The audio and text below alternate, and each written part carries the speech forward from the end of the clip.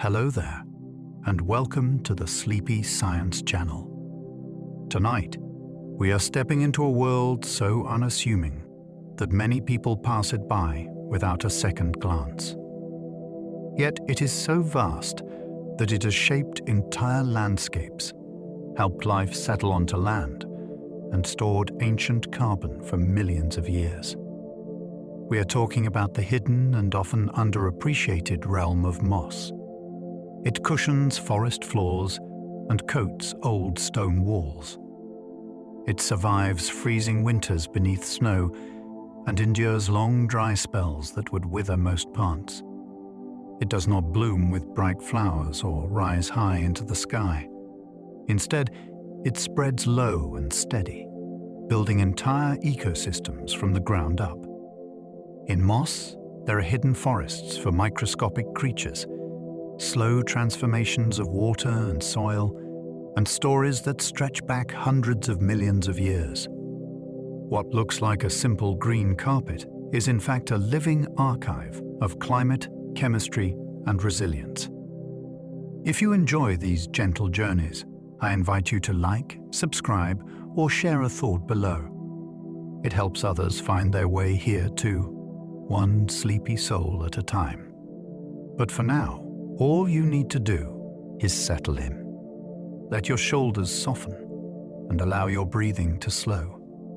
And allow your mind to gently unwind as we drift through this hidden landscape together. Let's begin. Moss is not a plant with roots. It is a plant that thrives without foundations. Instead of true roots, it uses fine anchoring threads that cling to bark, stone, and soil. Water and dissolved nutrients arrive across the whole surface, leaf by leaf, cell by cell, whenever moisture is present. That design makes it amazingly opportunistic. A damp morning, a foggy afternoon, or a brief rainfall can be enough to switch life on. It also means the plant is not locked into one pipeline or one direction. It can drink from mist, from a thin film on rock, or from dew that forms overnight. When you see it spreading like green velvet over a wall, you are watching a strategy built for patience. It stays small, it stays close to moisture, and it thrives where bigger plants struggle. Some mosses can dry to dust, then wake back up. This is not the kind of toughness that comes from resisting dehydration. It comes from accepting it. Many species can lose almost all their water, pause their metabolism, and wait in a state that looks lifeless. Then a splash, a drizzle, or even humid air can rehydrate their tissues and restart the chemistry of living. Inside those cells, protective sugars and proteins help stabilize membranes and keep delicate structures from tearing as they shrink. When conditions improve, chloroplasts recover and energy production resumes. The timing can feel almost magical. A brown crust on a rock face turns green again after rain, as if the landscape has taken a breath. In places with stop and start moisture, this ability is a superpower. It lets moss persist through cycles that would kill most leafy plants. Moss makes its own tiny weather, trapping moisture at ground level. A moss mat slows the wind and holds a thin layer of humid air close to its surface. That small change can mean the difference between drying out and staying active. Water clings between leaves through capillary action, so moisture lingers even after the sun returns. Temperature shifts often too, because evaporation cools the mat during the day and retained water reduces sudden swings at night. Down in that sheltered space, spores, microbes, and tiny animals experience a different world than the one above. It is like stepping from an open field into a sheltered hallway. This is why moss often appears in patches that look self-sustaining. Once established, it engineers conditions that favor its own survival. That little pocket of stable humidity becomes a refuge, especially during brief dry spells. A cushion of moss can hold many times its weight in water. That water is not stored in a single tank. It is held in countless miniature spaces between leaves, along stems, and inside spongy tissues. During a downpour, a mossy surface can act like a living sponge, soaking up rain that might otherwise run off quickly. Later, as air dries, the stored water releases slowly. This can keep nearby soil moist longer and reduce the shock of sudden wet and dry cycles for whatever lies beneath. In forested slopes, that sponge effect can help steady runoff after storms. In a garden pot, it can buffer a seedling against a missed watering. The secret is surface area.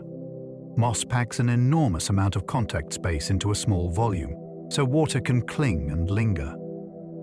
It is small-scale hydrology, working quietly under your feet. Moss helped early life move onto land, long before forests existed. Imagine Earth before tall trunks and deep shade, when bare rock and thin soils dominated many places. Early land ecosystems needed pioneers that could tolerate exposure and make use of brief moisture. Moss relatives fit that role. They can live close to the ground where water films persist, and they can colonize surfaces that offer little shelter. Over time, their growth traps dust and organic debris, helping the first real soils develop. That, in turn, opens the door for other organisms that require more stable footing and more nutrients. Moss also offers a model of what early plant life may have been like, simple in structure but clever in strategy. Studying modern species can help researchers infer the challenges that shaped terrestrial life. The quiet green layer you see today carries echoes of a world that was still learning how to be land. Many mosses survive winter by photosynthesizing under snow. Snow seems like a shutdown switch, but for a moss mat, it can be a blanket. Light still filters through, temperatures near the ground become steadier, and drying winds are blocked. Under that cover, some mosses keep working at a slow pace, producing energy whenever conditions allow. This is especially important in places with long winters, where waiting for spring would waste months of possible growth. Enzymes and cell membranes in cold adaptic species can function at low temperatures, and the mat's structure helps conserve moisture. When thaw arrives, moss is often already primed, ready to capitalize on meltwater and lengthening days.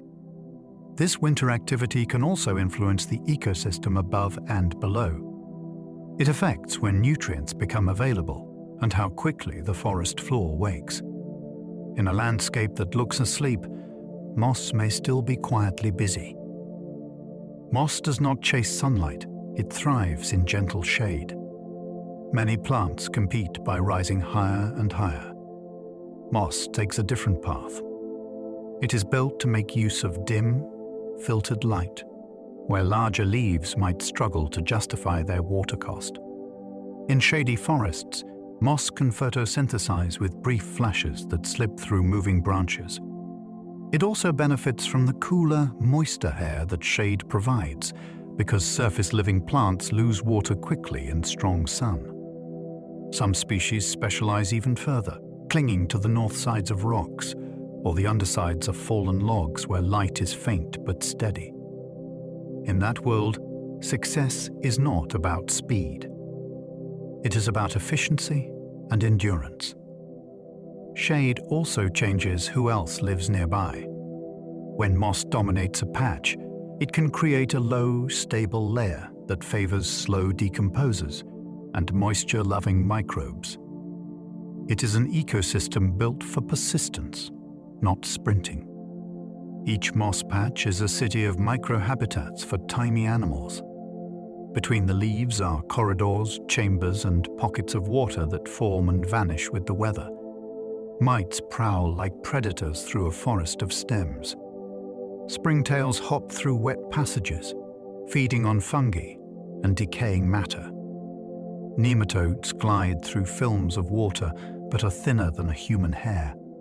When conditions dry, many of these creatures retreat deeper into the mat or enter dormant states, waiting for the next damp pulse. That constant change creates neighborhoods with different temperatures and moisture levels, even within a space the size of your palm. The moss itself becomes both shelter and infrastructure.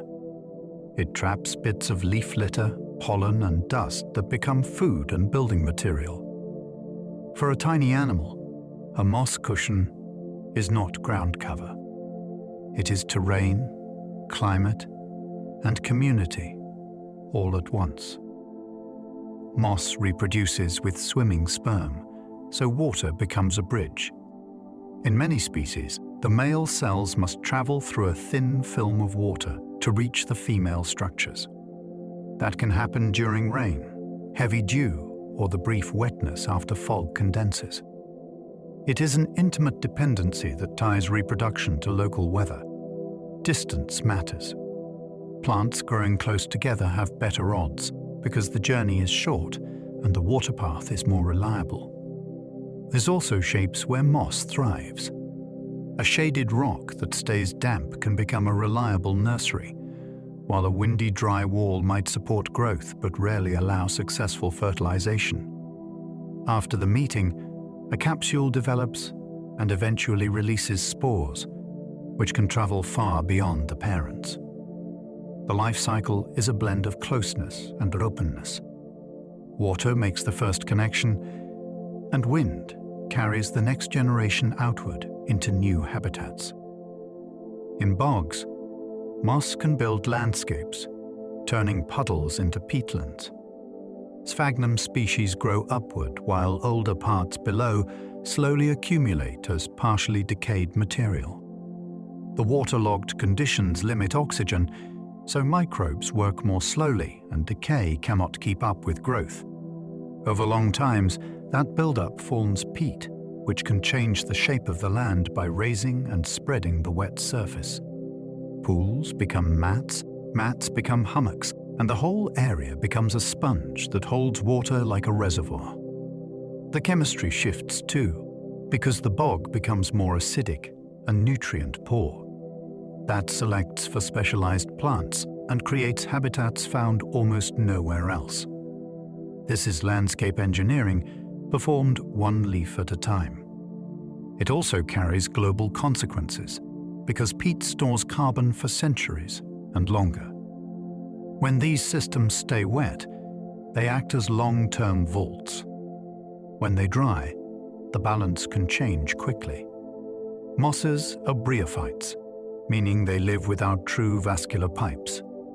Instead of internal tubes that pump water from roots to leaves, they rely on direct contact with moisture.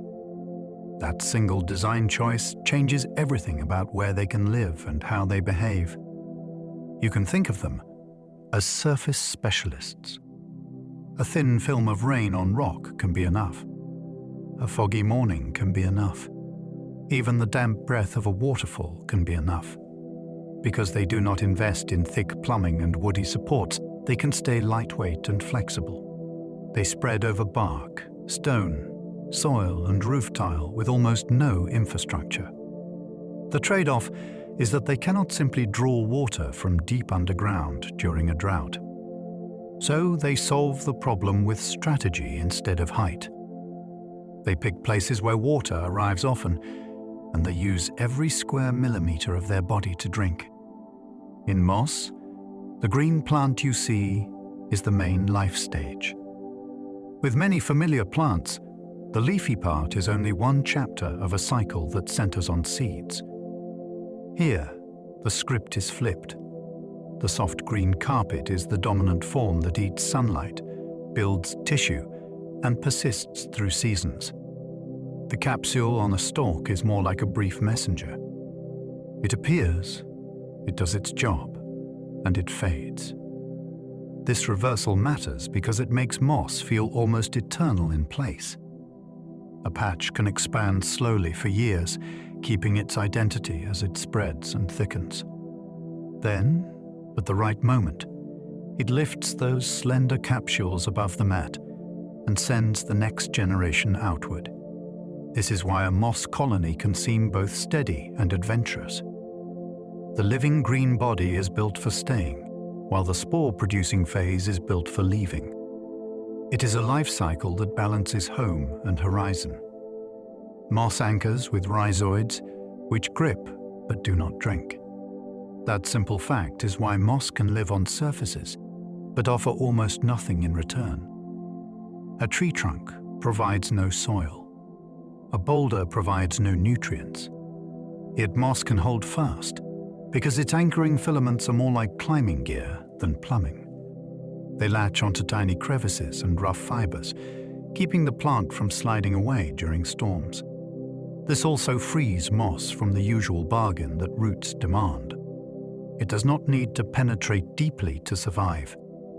It only needs a place to hold on while it gathers moisture and minerals from elsewhere.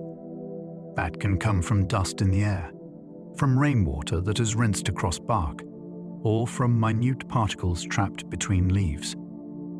On an old stone wall, the anchoring network is what lets a green layer persist year after year, even when the wall itself gives nothing but texture. A moss spore can travel far, riding winds across continents. A single capsule can release a cloud of dust-like life, each grain small enough to stay aloft in moving air. From there, the journey becomes a game of weather. Updrafts lift spores into higher winds. Storm fronts carry them beyond mountain ranges. Some may even cross oceans, drifting until gravity and rain bring them down. Most land in places where they cannot grow. A few find the perfect landing, like a damp patch of soil, a shaded rock face, or the bark of an old tree. That rare success is enough because the numbers released can be enormous. This is why the same species can appear in far separated places, as if it has quietly learned to fly. It is also why moss can arrive early after disturbance. When a new surface becomes available, the sky can deliver pioneers within a single season. Moss begins life as a protonema, like green threads on soil. After a spore lands and opens, it does not immediately form a tiny plant with leaves. It spreads first as a delicate web, a low tangle of filaments that hugs the surface. This stage explores. It creeps around grains of sand, climbs over bark ridges, and tests the microclimate like a cautious scout.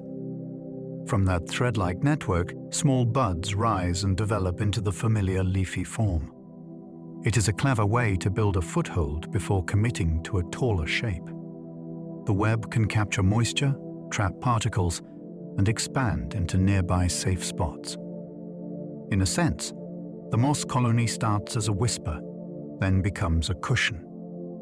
If you ever see a faint green haze on damp soil after rain, it might be this early chapter unfolding. The beginning is almost invisible, but it is already searching for stability. Many moss capsules open with dry air, then close with humidity. That motion is not a dramatic snap.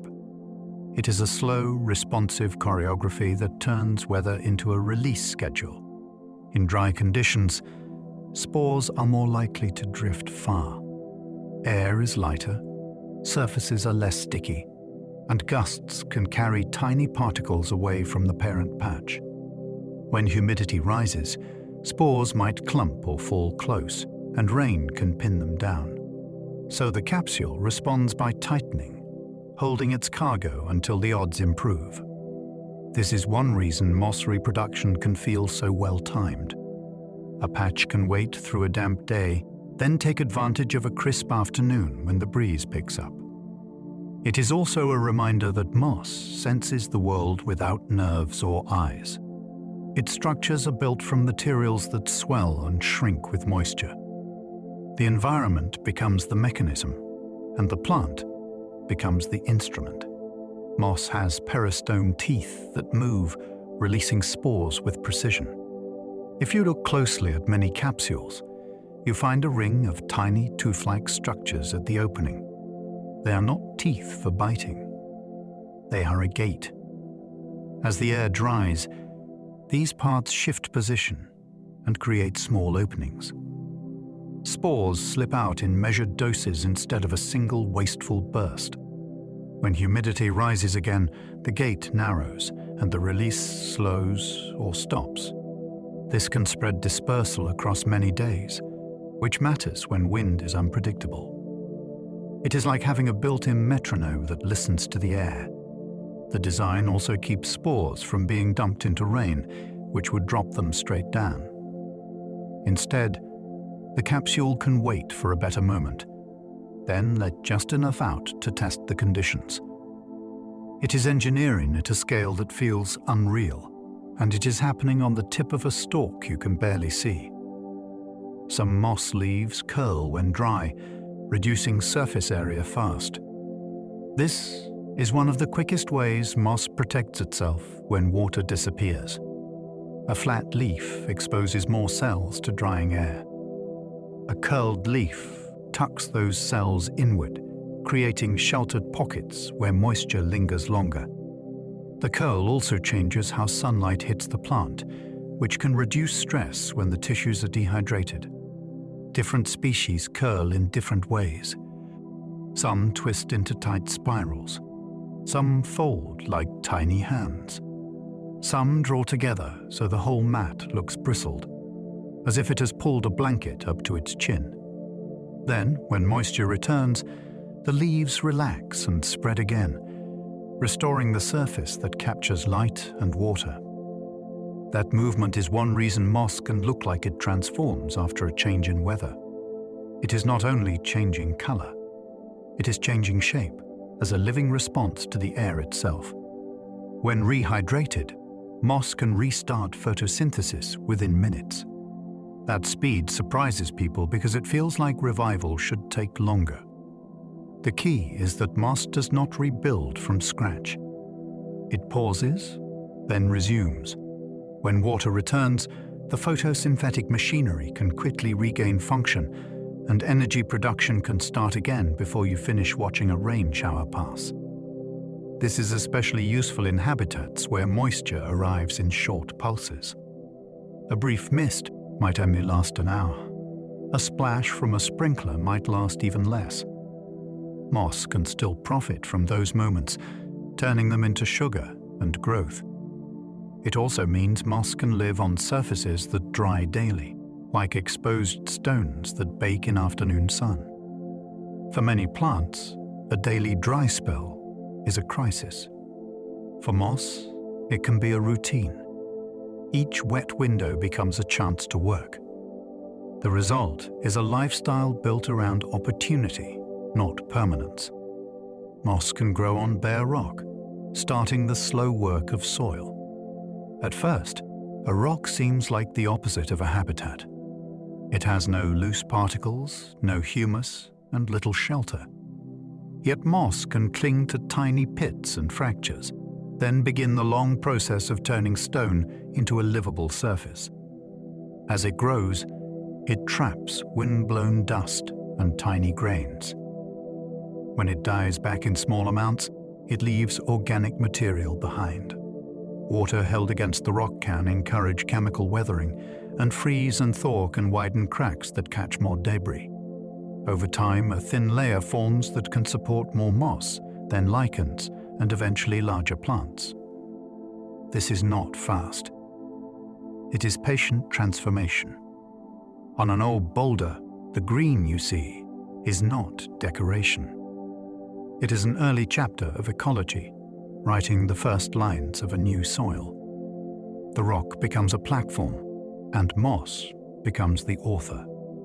Moss helps prevent erosion by knitting loose particles together.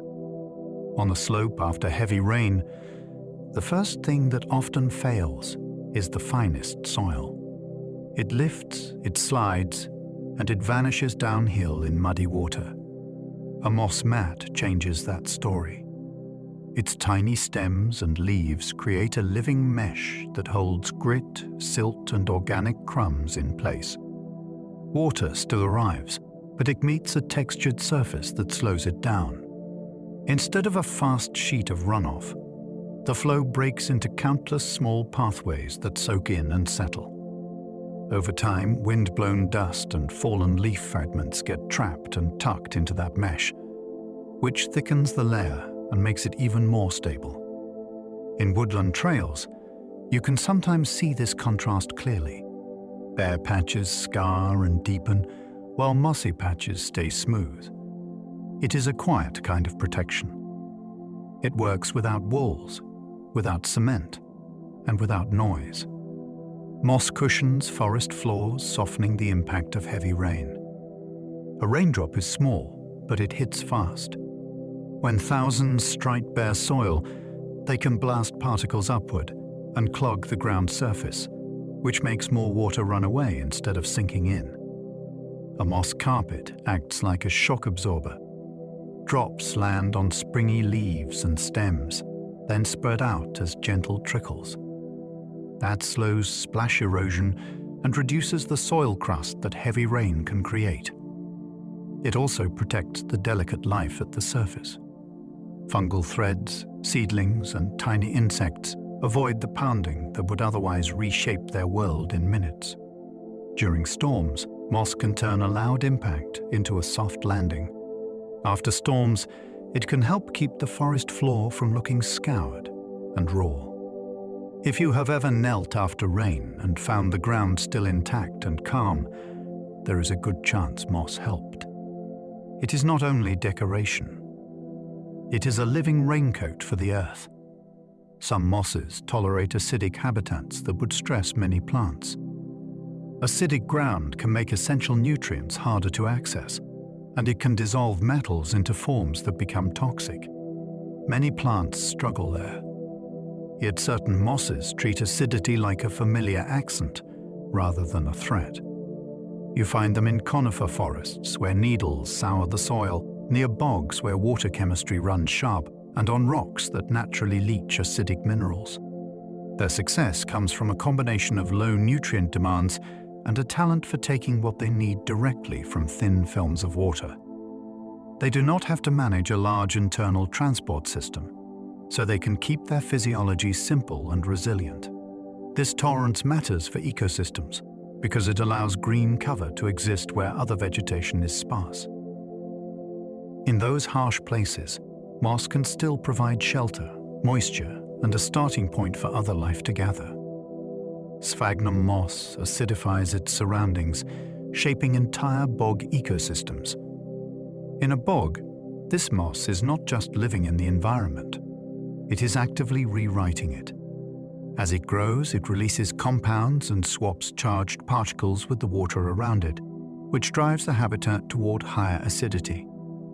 That shift makes it harder for many decomposers to work quickly, so plant material accumulates instead of disappearing. The bog becomes a place where decay slows and where specialized plants take over. Carnivorous species may appear because nutrients are scarce.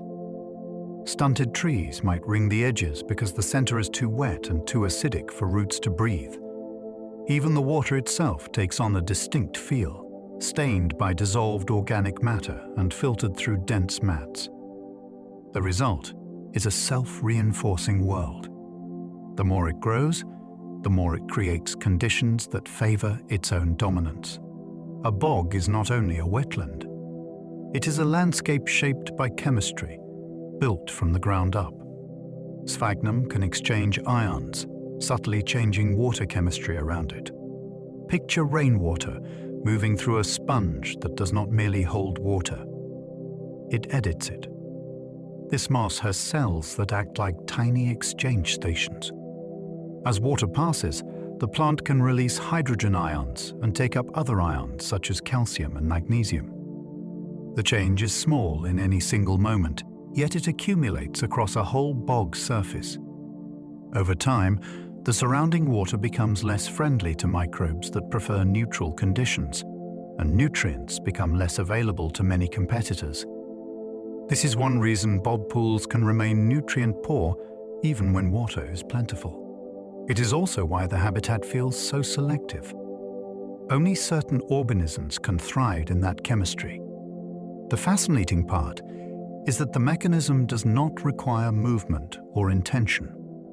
It comes from the structure of the plant's cells and the way they bind particles. The moss becomes a slow chemical filter, shaping the rules of the ecosystem with every rainfall. Peat forms when moss growth outpaces decay in cold, wet places. In many environments, dead plant material is quickly recycled. Microbes and fungi break it down, and the nutrients return to circulation. In a saturated bog, the story changes because oxygen becomes scarce. Without enough oxygen, decomposers work slowly, and the dead layers do not vanish. They stack.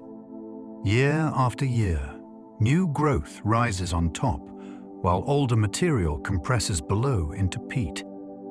This process can create thick deposits that record the history of the site, layer by layer. Pollen grains fall in and become trapped, which can later tell scientists what plants once lived nearby. Ash from distant eruptions can settle and mark a moment in time. Even changes in wetness can leave a signature in texture and color. Peat is not just dirt. It is a slow archive built from interrupted decay, preserved by water, cold, and time. Peatlands store vast carbon, much of it built by moss. Carbon moves through the living world like a traveling currency. Plants take it from the air, animals eat plants, and microbes return much of it back again. Peatlands interrupt that flow. When plant matter becomes peat, the carbon stays locked away for long periods instead of returning quickly to the atmosphere. Over large regions, that storage adds up to an enormous reservoir. What makes this especially striking is the scale mismatch. The plants doing the building are small, but the global consequence is large.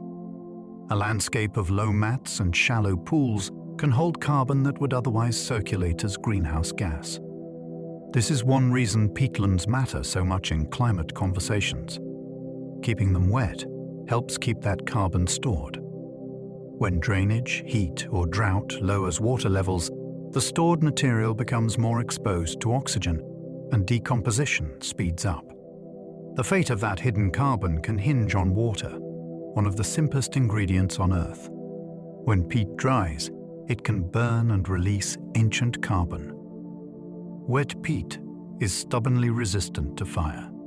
The water keeps temperatures down and starves flames of the conditions they need. When peatlands dry, the risk changes in a dramatic way. Fire can sink into the ground and smolder through the buried layers, sometimes for long periods, because peat is fuel-packed tightly together. Unlike a fast surface fire, a peat fire can creep, reigniting after rain and producing heavy smoke.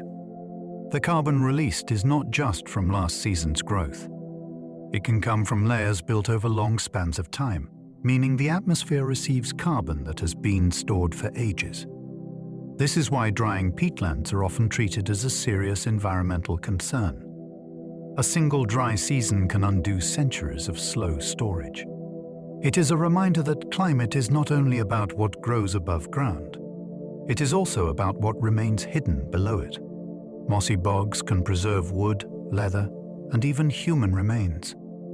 In most places, time is a relentless eater.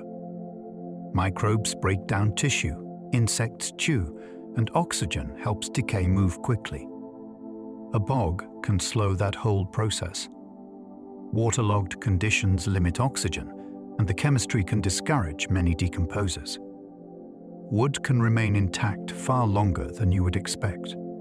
Leather can survive when it would normally crumble. In rare cases, human remains have been found with skin and hair preserved, offering an uncanny window into the past. These discoveries are not simply curiosities.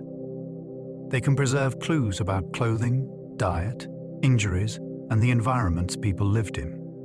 The bog becomes a kind of natural vault, not because it is dry and sealed, but because it is wet and chemically challenging. Even the coloration that sometimes appears, the dark staining of preserved material, tells a story about dissolved compounds moving through layers. A bog is an ecosystem, and it can also be an archive, but holds what time usually takes. Moss can slow decomposition by keeping soils cool and damp. Decomposition is a race run by microbes, and the track conditions matter. Warmth and air speed the process. Cooler temperatures and steady moisture can change which organisms dominate and how fast they work. A thick moss layer acts like insulation, reducing rapid heating during the day and limiting drying that would otherwise crack the surface. That stable microclimate can slow the breakdown of leaf litter beneath, which affects how nutrients are released and when plants can use them. It can also influence the smell and feel of a forest floor. Under moss, you often find a soft layer of partially broken material that holds together rather than turning to dust. This matters for carbon cycling, but it also matters for habitat. Many small creatures rely on that slowly changing layer for food and shelter. Moss is not only living tissue on top of soil. It is a manager of the soil's tempo, setting the pace of decay with shade, moisture, and insulation. Mosses do not make flowers, fruit, or seeds, only spores. That absence is not a flaw. It is a different kind of ambition. Without petals to attract insects or sweet fruit to tempt animals, the strategy leans on patience and abundance. When conditions are right, a moss patch raises tiny capsules like matchsticks above its green surface. Inside, spores form by the thousands, light enough to drift on a passing breath of air. It is reproduction built for chance encounters with the perfect landing place. A crack in a sidewalk that stays damp. A shaded log that never fully dries. A patch of soil newly exposed after a storm. This approach also means moss can thrive where pollinators are scarce or seasons are harsh. It does not need a partner on wings. It only needs wind, water, and time. That is a strangely liberating way to spread. A moss stem is a simple axis, not true wood. It looks like a tiny trunk, but it is more like a flexible spine that holds leaves in place. There is no thick timber inside, no rings of growth, no hard investment in strength. That simplicity is exactly why moss can form soft cushions, flowing mats, and draping threads that bend with every change in moisture. When a branch sways, moss moves with it, instead of snapping. When frost arrives, it can compress and rebound rather than splinter. This also helps explain why moss can colonize surfaces that would never support a rigid plant. It does not need to stand tall against wind. It only needs to cling, spread, and stay ready for the next wet moment. If you picture a forest floor as a layered world, moss fills the lowest layer with architecture that is light, resilient, and endlessly adaptable. Moss leaves are usually 1 cell thick, letting light slip through. That thinness makes each leaf feel like living stained glass. Light can pass into the tissue with little obstruction, and gases can move in and out quickly when conditions allow. It also means moss can respond fast. A brief brightening under shifting branches can become usable energy before the light is gone again. Thin leaves are delicate, yet moss protects them through structure. The mat itself creates shelter, and many species can change posture when dry, reducing exposure. The one-cell design also keeps construction costs low. Moss does not spend much energy building heavy layers. It invests in surface, in contact with air and water, and in the ability to restart quickly after stress. When you kneel close and see the tiny leaves arranged like overlapping scales, you are looking at efficiency made visible. It is minimal material, maximum opportunity. Moss can photosynthesize at very low light compared with many plants. In a deep forest, sunlight arrives in flickers. A leaf canopy opens for seconds, then closes again as branches sway. Moss is built for that rhythm. It can make use of dim, filtered light that would be unprofitable for many larger plants with higher water demands. You find this talent in places that feel almost twilight, like the north side of a boulder, the base of an old stump, or the interior of a damp ravine. The reward is access. While other plants compete upward for brightness, moss occupies the shaded real estate below, turning leftovers into growth. This low-light living also shapes its community.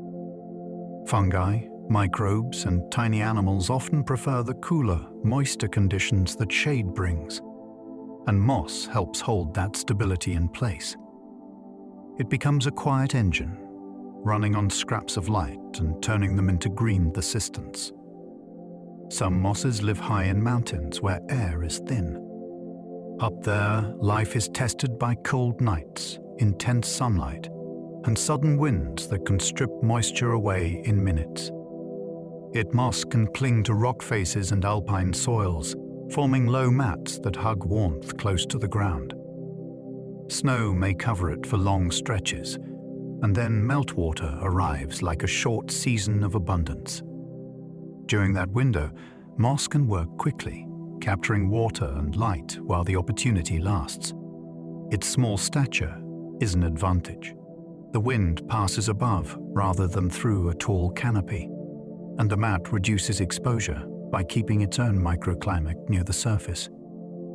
On mountain ridges, moss can also be among the first greenery to return after a disturbance, because spores can arrive from far away and settle into tiny cracks. The next time you imagine alpine life, think smaller.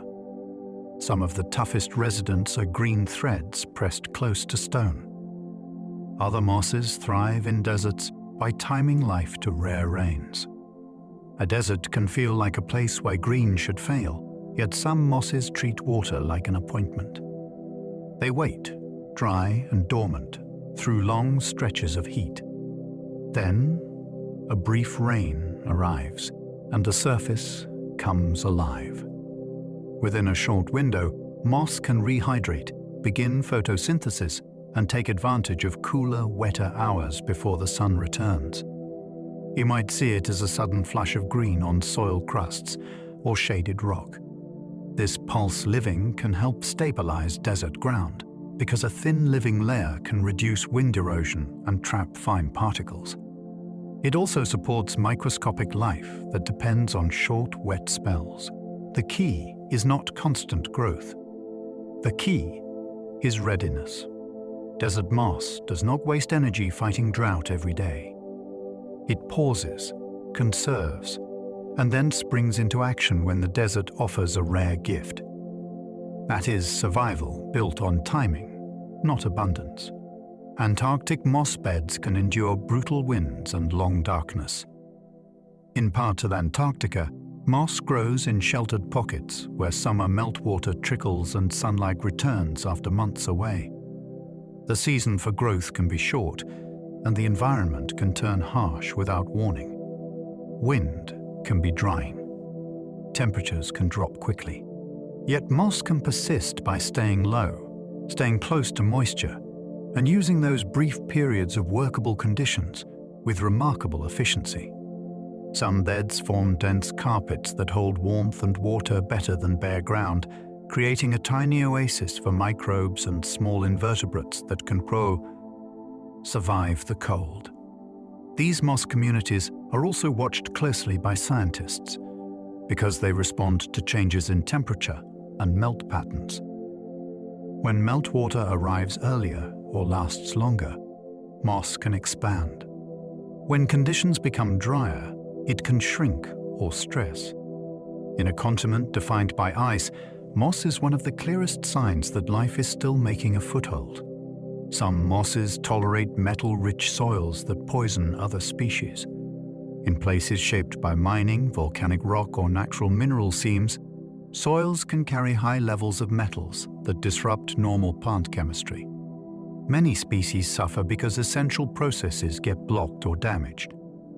Some mosses, however, can persist on these harsh surfaces, living where competitors fade.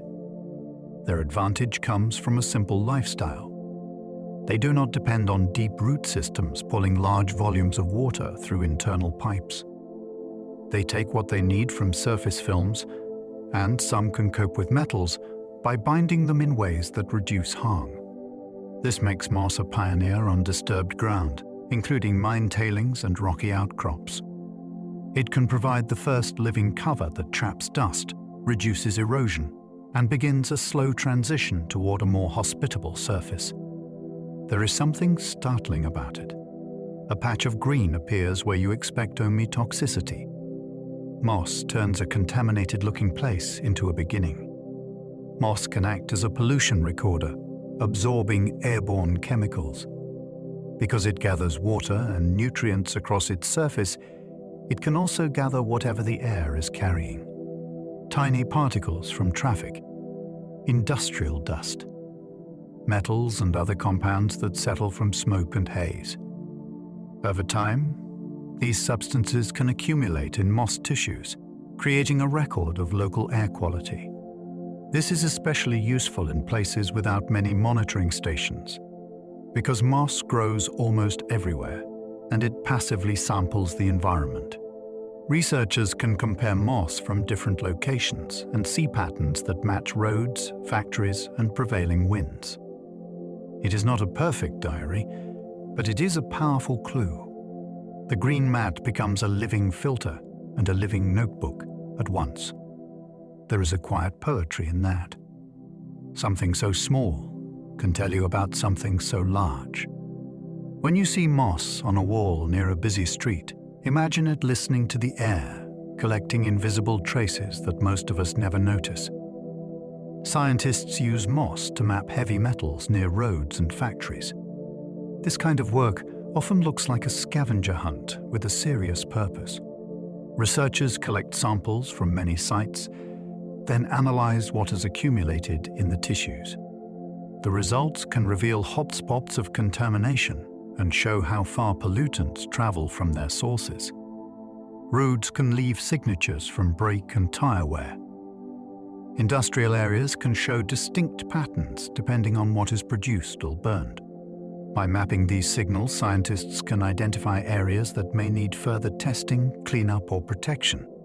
It can also help track whether regulations and new technologies are reducing emissions over time.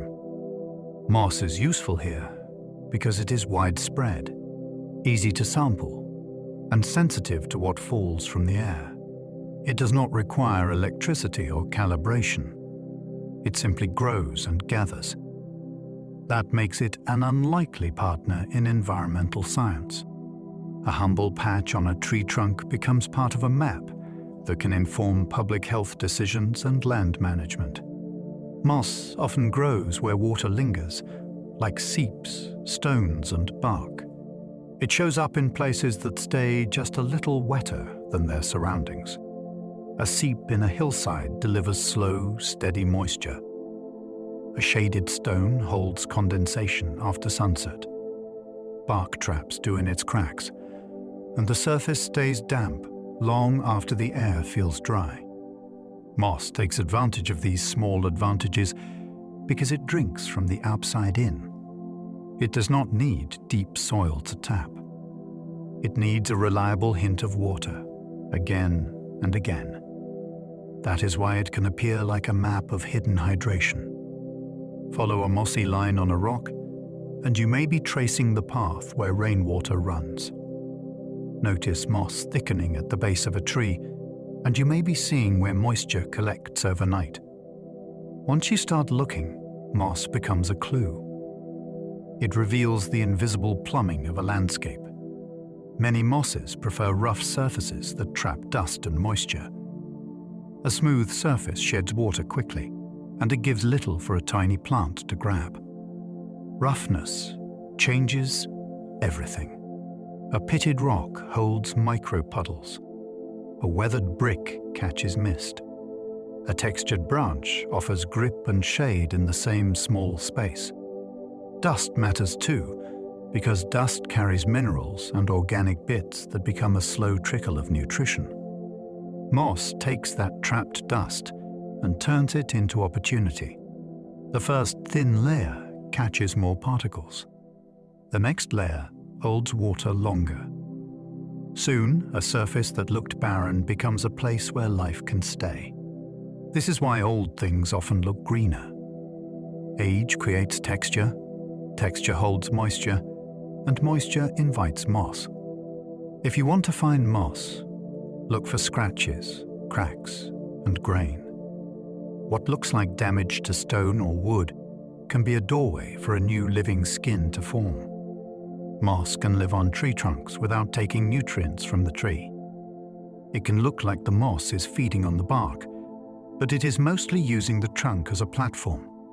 The tree provides height, shade, and a surface that catches water. The moss gathers what it needs from rain, from dust, and from tiny dissolved minerals that wash down the bark.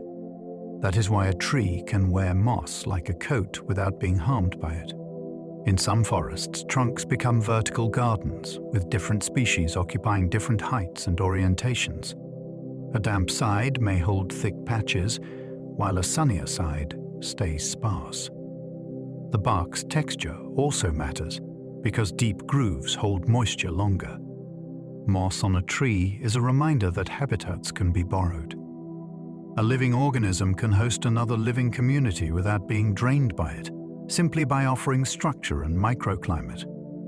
Mosses are not parasites, they are patient surface dwellers. A parasite takes from its host. Moss mainly takes from the air and water that pass by.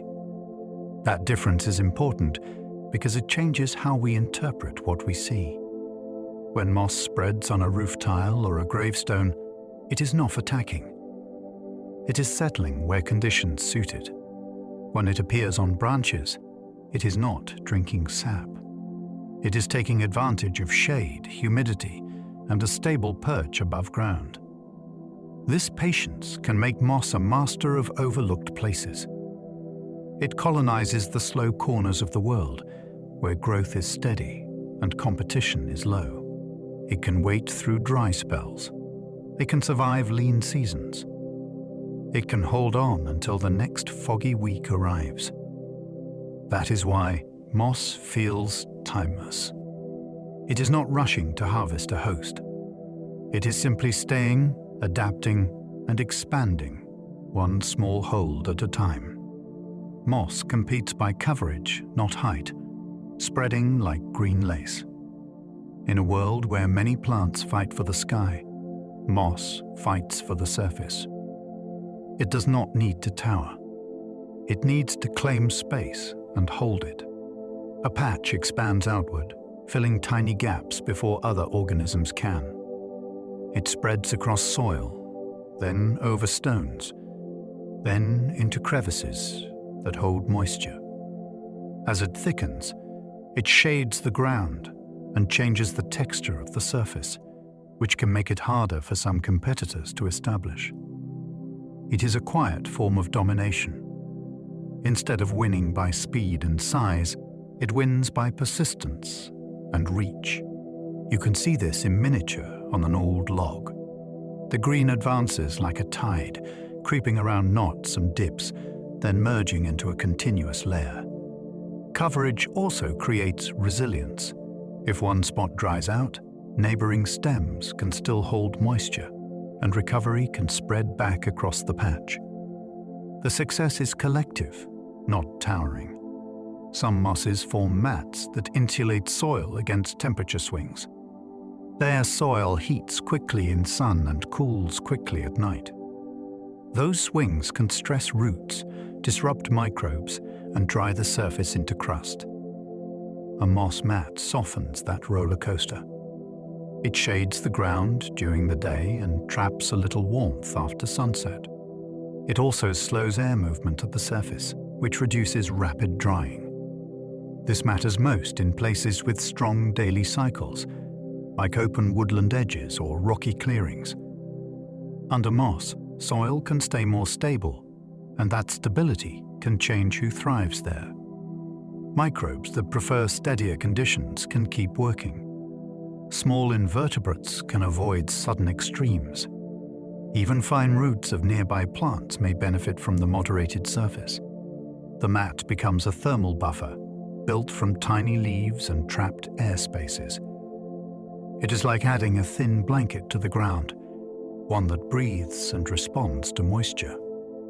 The landscape feels calmer because moss helps set the pace. Moss can keep seeds moist, helping some seedlings get started. A seed has a difficult job. It must stay damp long enough to activate, and it must avoid drying out during its first fragile days. Moss can make that window easier. It holds moisture near the surface and releases it slowly, which can keep a seed from experiencing sudden drought. It can also reduce the impact of heavy rain that might wash seeds away or bury them too deeply. In some forests, tiny tree seedlings appear in or near moss because the conditions are more forgiving.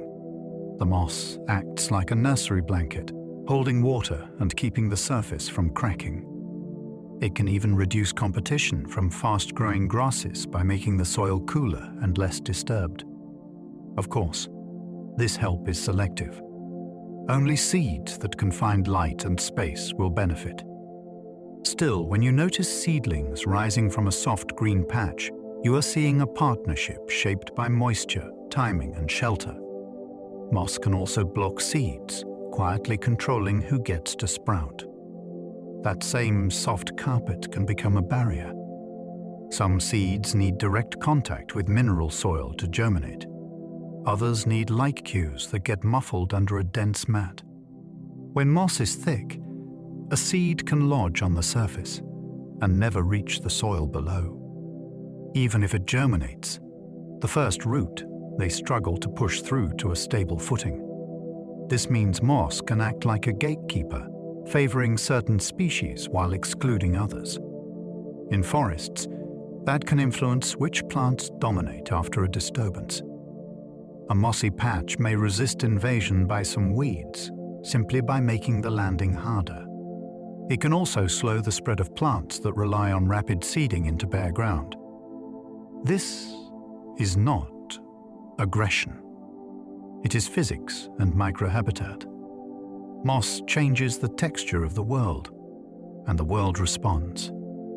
The green layer becomes an editor of the next generation, choosing winners by giving some seeds a path and others a pause.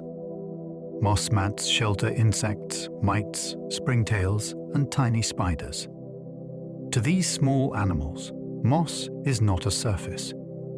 It is a multi-level habitat with tunnels of air, pockets of water, and shaded passageways that stay cooler than the open ground.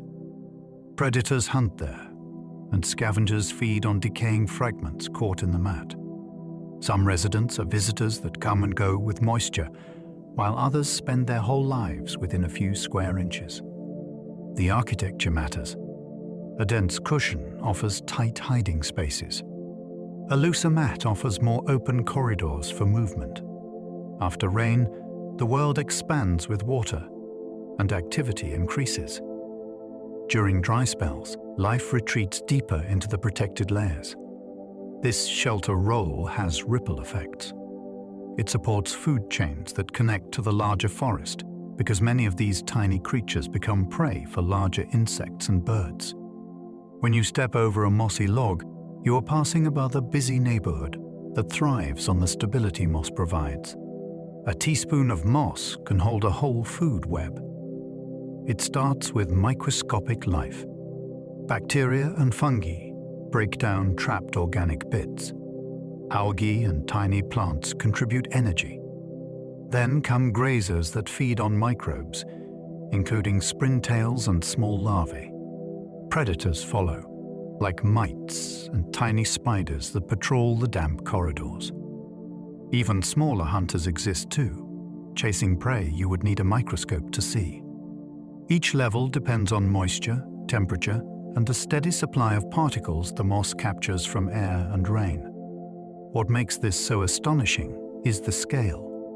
You can hold a patch between two fingers, yet inside it, there are relationships, competition, and survival strategies as complex as a meadow. A dry day can collapse activity, and a wet day can restart it like a switch. If you ever want to feel wonder in your hand, lift a pinch of moss and imagine it as a living neighborhood full of eaters and eaten, all sustained by a green foundation. Tardigrades often live in moss, waiting out droughts in dormancy. If you have ever looked at moss and thought it was still, there is a good chance you were looking at a hidden animal refuge. Tardigrades, sometimes called water bears, often make their homes in the damp spaces between leaves. When the moss dries, many can shut down into a survival state where life processes slow to a near stop. In that paused form, they can endure conditions that would destroy most creatures, including extreme cold and intense dryness. Then moisture returns, and the tiny body rehydrates, and activity begins again as if nothing happened. This is not magic, it is biology, built for stop and start worlds. Moss provides the perfect stage because it offers brief bursts of water followed by long waiting. A raindrop is not just weather there. It is a wake-up call for an entire miniature community.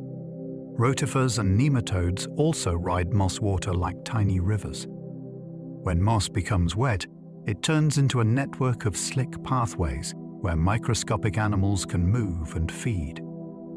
Rotifers spin through these films, using tiny cilia to pull food toward their mouths, almost like they are rowing through water that is only a breath thick. Nematodes glide along the same routes, flexible and relentless, searching for bacteria, fungi, and other small prey.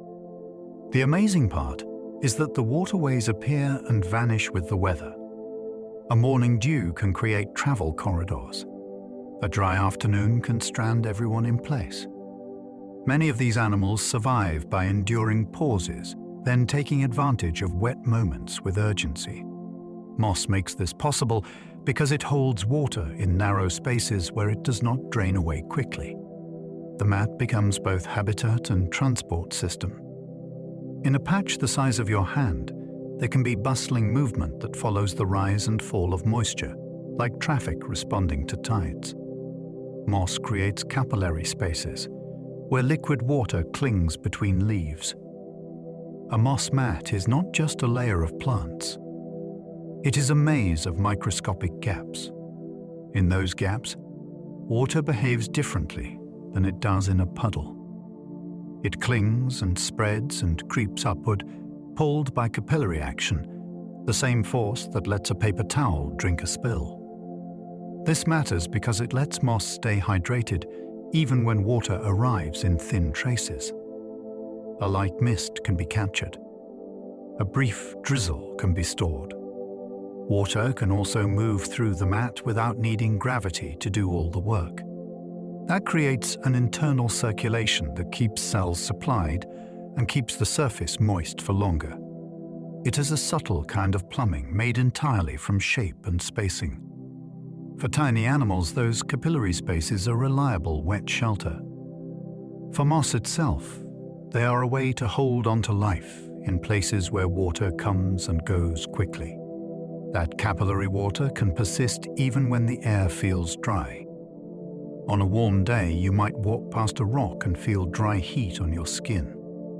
Yet inside a moss mat, moisture can remain tucked away in narrow channels, protected from wind and direct sun. That lingering water creates a stable microzone where life can continue when the surrounding surface looks parched.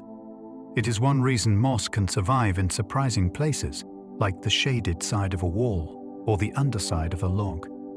The air above may dry out quickly, but the mat slows evaporation by reducing airflow near the surface. Water also clings more strongly in thin spaces than it does in open pools, so it does not vanish as fast as you would expect. This persistence supports steady processes, like nutrient uptake and microbial activity, across hours when other plants would be forced to shut down. Moss is often described as simple, yet its ability to hold water is a sophisticated answer to a drying world. Moss can cool surfaces by evaporation, like a living sponge. When water evaporates, it carries heat away. Moss takes advantage of that basic physics.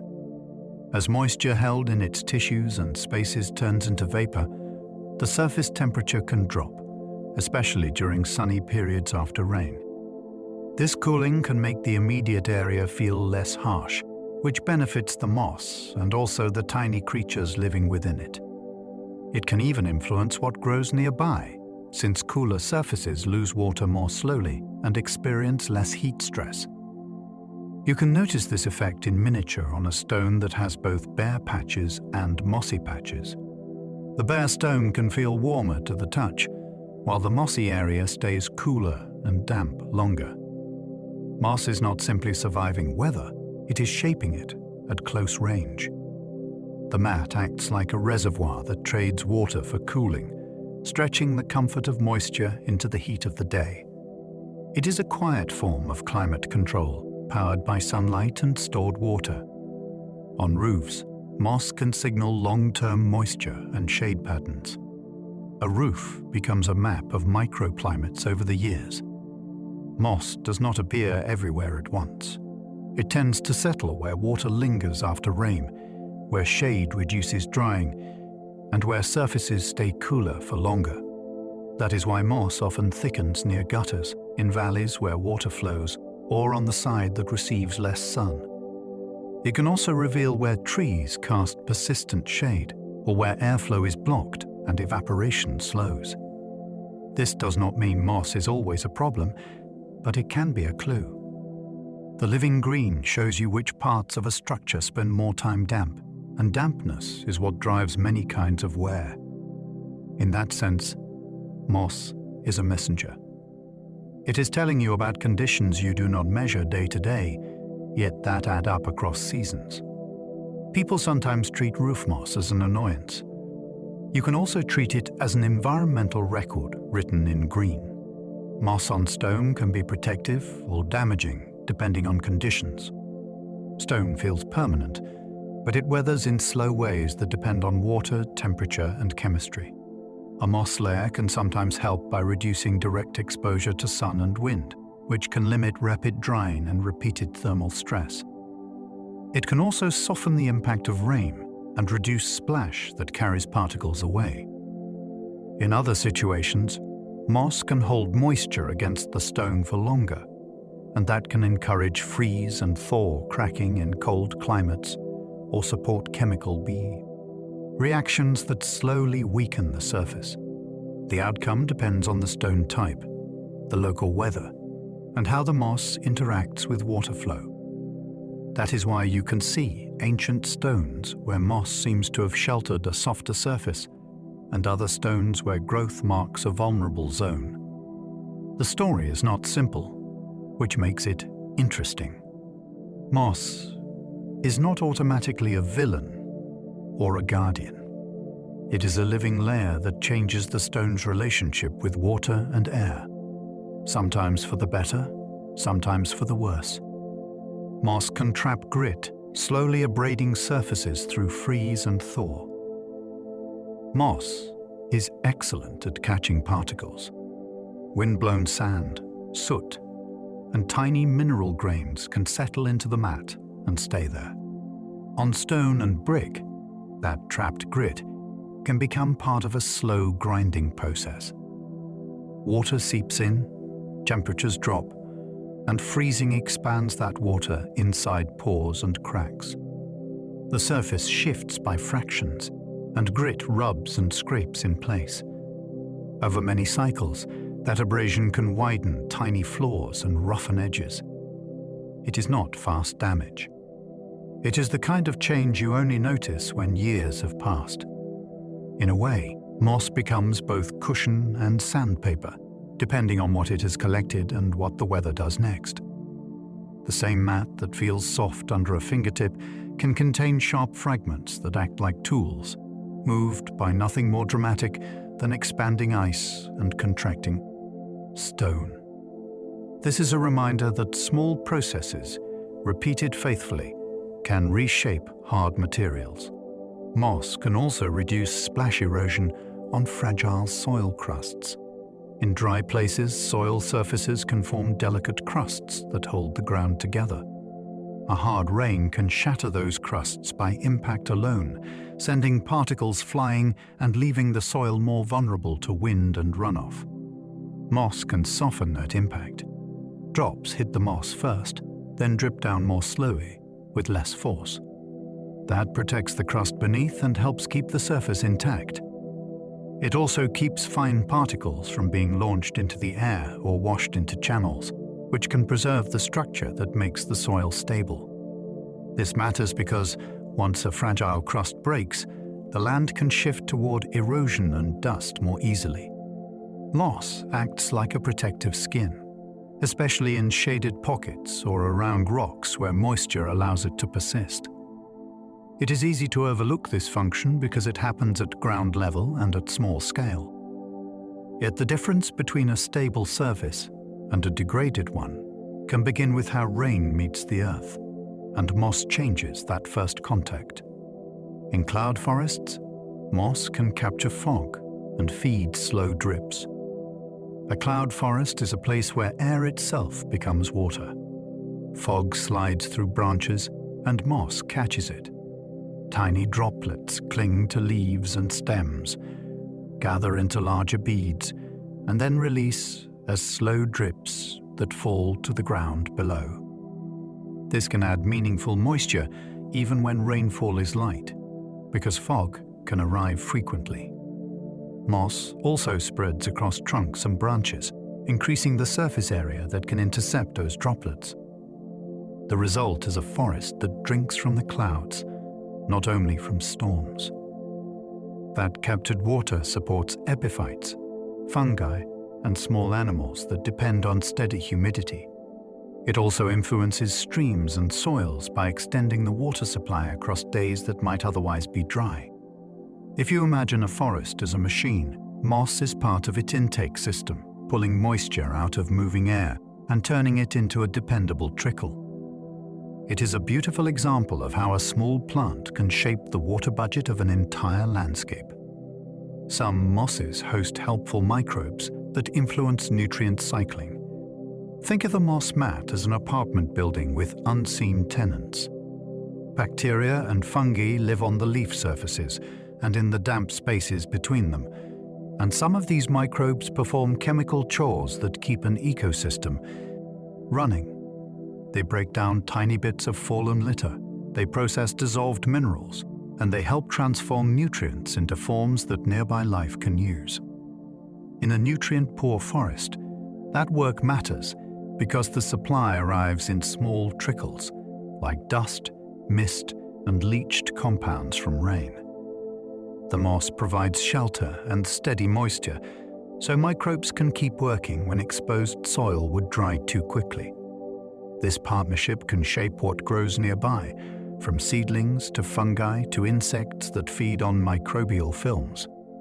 When you kneel beside a green patch, you are not seeing a single organism. You are seeing a living platform that supports an entire chemical workforce. Certain moss microbes can transform nitrogen, enriching poor soils. Nitrogen is essential for building proteins and DNA, yet many ecosystems struggle to get enough of it in usable form. Some microbes that live with moss can help by converting nitrogen from the air into compounds that become available to living communities. This is especially powerful in places where soil is young, thin, or frequently disturbed. A moss layer can become a slow source of fertility, not by mining deep ground, but by hosting partners that pull value from the atmosphere. Over time, that contribution can influence which plants can establish and how quickly a barren surface turns into a more complex habitat. The effect is not dramatic, like fertilizer poured from a bag. It is more like a steady drip that keeps the system moving forward. It also reminds you that moss is not only surviving. In certain settings, it is quietly improving the neighborhood, one molecule at a time. Mosses lack stomata on most leaves, changing how they manage water. Many familiar plants use stomata like adjustable windows, opening and closing to balance carbon dioxide intake with water loss. Moss leaves usually do not play that same game. Instead, water status is often controlled by the whole plant's relationship with the air and the surface it sits on. That makes moss feel more like a living sensor than a sealed machine. When humidity is high, the plant can stay hydrated and active. When air dries, it can lose water quickly and shift into a protected state. Different species respond in different ways, but the overall idea is the same. Moss does not rely on tight internal control. It relies on rapid adjustment and clever structure. This is one reason moss favors microclimates, like shaded bark and damp rocks. It thrives where the air cooperates, and it copes when the air does not. Moss water balance depends heavily on the surrounding air humidity. For many organisms, water comes from the ground. For moss, the air itself can be a supply line. When humidity rises, the plant can rehydrate from moisture films and fine droplets, and it can remain active longer. When humidity drops, the same patch can dry rapidly, even if the soil beneath still contains water. This makes moss incredibly sensitive to small changes in microclimate. A branch that blocks wind can make a difference. A nearby stream can make a difference. Even the texture of a wall can make a difference, because it holds damp air close to the surface. This sensitivity is part of moss's charm and its vulnerability.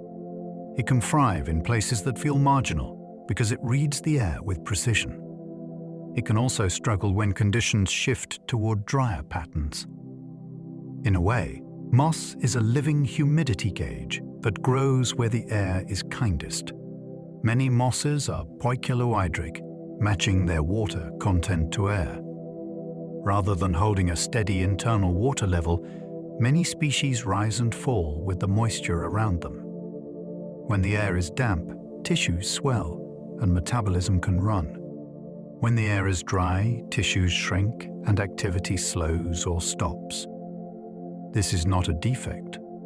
It is a survival style that fits the environments moss often occupies, where water arrives in pulses. The benefit is flexibility. Moss can take advantage of short, wet windows without needing a constant supply. The cost is exposure. A dry wind can shut things down quickly. That is why moss often grows as mats and cushions, because a group can buffer an individual's losses. Outer layers may dry first, while inner layers retain moisture longer. This lifestyle also shapes the feel of moss landscapes. They can appear to change personality with the weather, shifting from crisp to lush as hydration returns. This makes moss resilient, but also sensitive to drying climates. A plant that can pause and restart is hard to kill, yet it can still be pushed out by long-term change. If wet periods become shorter, or if hot days become more frequent, moss can spend more time inactive. That reduces growth, limits reproduction, and can thin a once dense mat into scattered patches. Once coverage breaks, the surface dries faster, and the problem can accelerate. In forests, this can alter moisture retention on the ground and change habitat quality for small animals and microbes that depend on stable dampness. In open landscapes, it can reduce soil protection and make erosion more likely. The important point is that moss responds to patterns, not single events. One dry week is not the whole story. Repeated dry seasons can shift where moss can live, which then shifts what moss supports. A small plant can be a sensitive indicator of a big environmental trend. Moss growth rates can be very slow, sometimes millimeters a year. That pace can feel almost unbelievable until you watch the same patch across seasons and realize how little it rushes. Moss invests in staying alive through stress, not in sprinting upward. In harsh habitats like cold bogs and windy ridges, slow growth is often the safest path. A mat can persist for years, thickening by tiny increments, repairing itself after damage, and gradually expanding into nearby space. This slowness also means moss can record conditions over long periods. A stable patch suggests a stable microclimate, at least for stretches of time.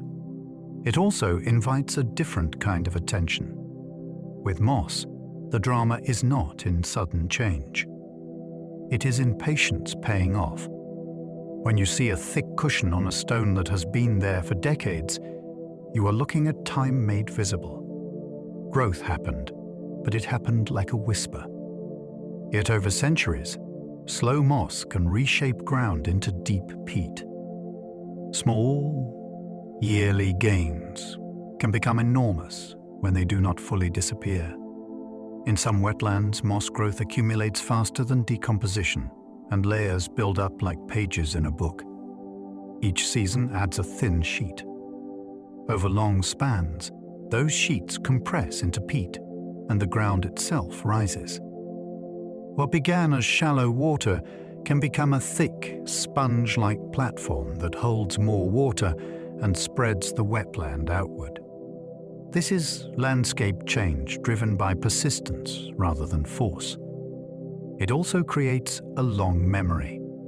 Layers can trap pollen, plant fragments, and chemical signatures that researchers use to reconstruct past environments.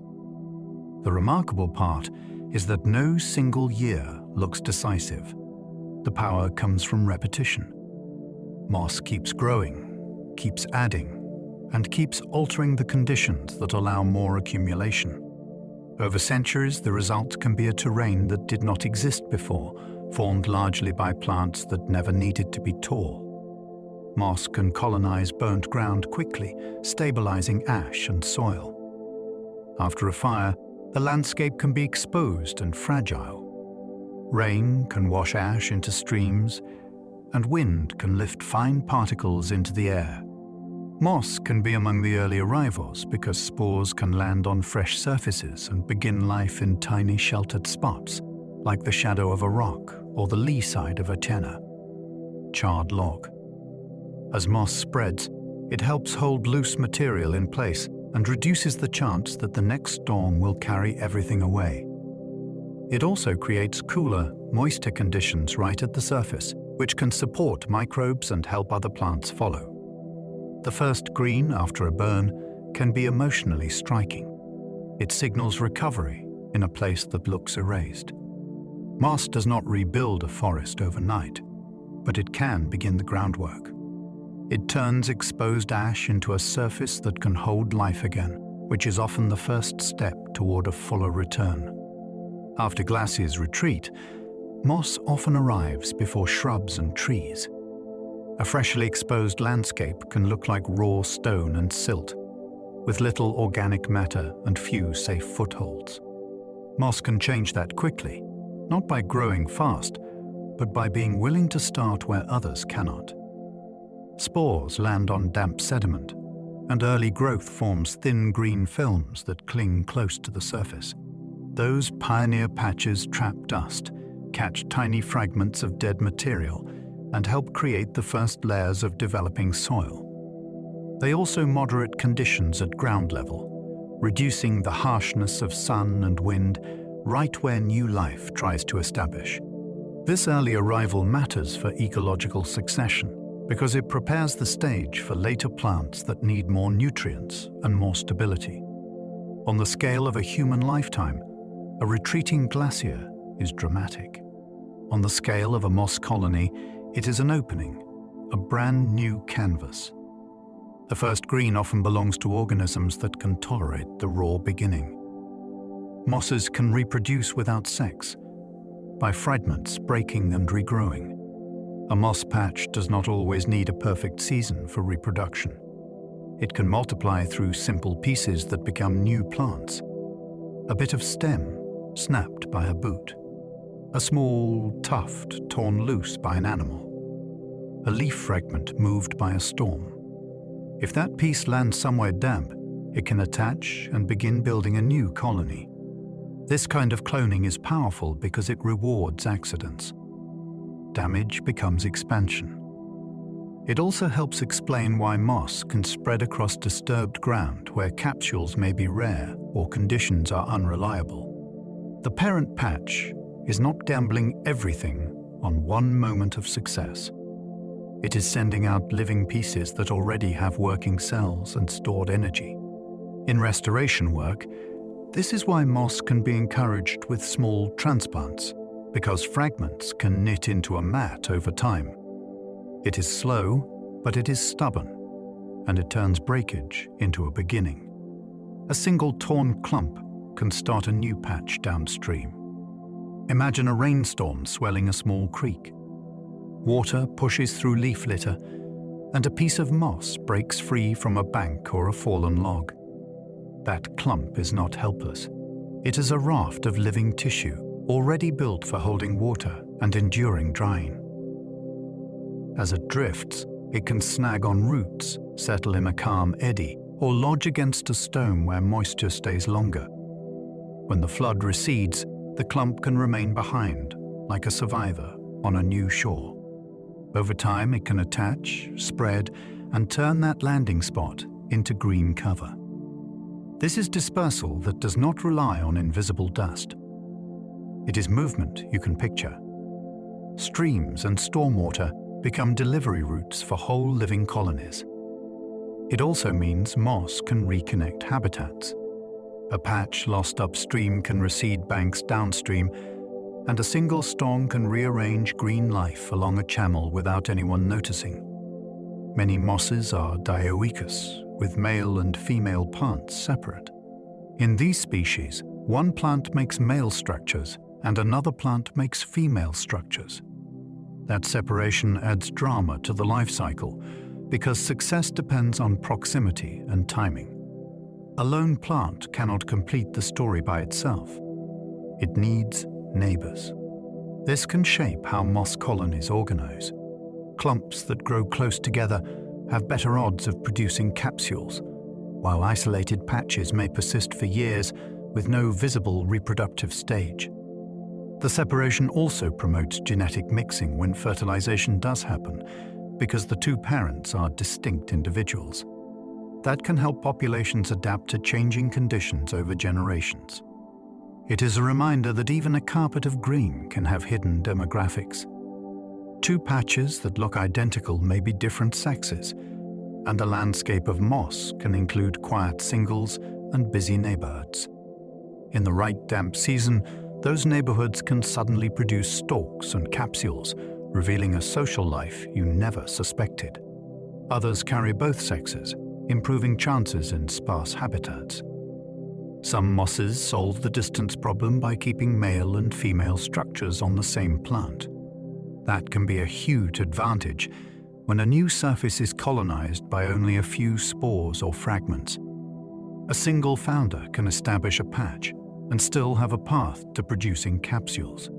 In places where moss grows in scattered islands, like exposed rock faces or thin soils, this can mean the difference between a colony that simply survives and one that spreads outward through spores. It is also useful in habitats with brief wet windows. When conditions are right, the plant does not have to wait for the perfect neighbor to be nearby. The whole cycle can move forward inside one small patch. There is still room for variety and mixing across a landscape because different plants can still exchange genes when they are close. Yet this strategy gives moss a powerful form of independence. It turns a lonely beginning into a self-sufficient foothold. Moss sperm need a film of water, so rain can trigger love. For some mosses, rainfall is not only hydration, it is transportation. Certain species form tiny cup-like structures that hold male cells near the surface. When raindrops strike, they splash those cells outward in fine sprays. The distances are small by human standards, yet they are enormous at moss scale. A few centimeters can connect one clump to another. It is a romantic mechanism that depends on weather and physics. The size of droplets matters. The angle of impact matters. The shape of the cup matters. a light mist may do little. A sharp shower can suddenly create a burst of opportunity. This can make reproduction seasonal even in places that stay green year-round. The colony waits for the right kind of wetness, then uses the energy of falling water to send life across the gap. A storm becomes a matchmaker, and the forest floor becomes a stage for splashes you never notice. Moss capsules often rise on stalks, lifting spores into airflow. Close to the ground, air can be sluggish. It is trapped by leaves, stones, and surface roughness, and tiny particles tend to fall quickly. A moss stalk changes the rules by pushing the capsule upward into faster-moving air. That extra height can lift spores above the still boundary layer where dispersal is weak. The stalk can also angle the capsule toward open space, which reduces the chance that spores crash into nearby leaves or the moss mat itself. This is why a mature patch can suddenly look like it has grown a miniature forest of pins. The green body stays low, but the spore stage reaches for motion. It is a clever division of labor. The plant that gathers light and water hugs the surface, while the structure that spreads the next generation climbs into the breeze. In a world measured in millimeters, that is a meaningful ascent, and it can decide whether spores travel meters or merely centimeters. Some moss stalks twist as they dry, changing spore release timing. Drying is not only a threat for moss, it can be used as a mechanical signal. In some species, the stalk changes shape as moisture leaves its tissues. Fibers shrink unevenly, and the result is a slow twist. That torsion can shift the capsule's orientation, and it can help shake spores loose in pulses rather than all at once. Think of it as a built-in wind toy, powered by humidity. When conditions become dry enough for spores to travel well, the twisting motion becomes more pronounced, and dispersal becomes more active. When humidity rises, motion can ease, and release can slow. This can spread spore release across many cycles of drying and redampening, which increases the odds that at least some spores catch the right breeze. It is an elegant idea. The plant does not need to sense the weather with a brain. The weather moves the plant by changing how its tissues hold water, and the movement controls when spores leave home. Moss spore coats can resist harsh conditions during long travel. A spore is a tiny package that must survive a rough trip. It may be blasted by sunlight, chilled at high altitude, and dried for long periods before it lands. Many spores are built with tough outer layers that help them endure these stresses. That durability allows moss to be a remarkable colonizer. A spore can pass through weeks of unfavorable conditions and still be ready to germinate when it finally reaches a damp surface.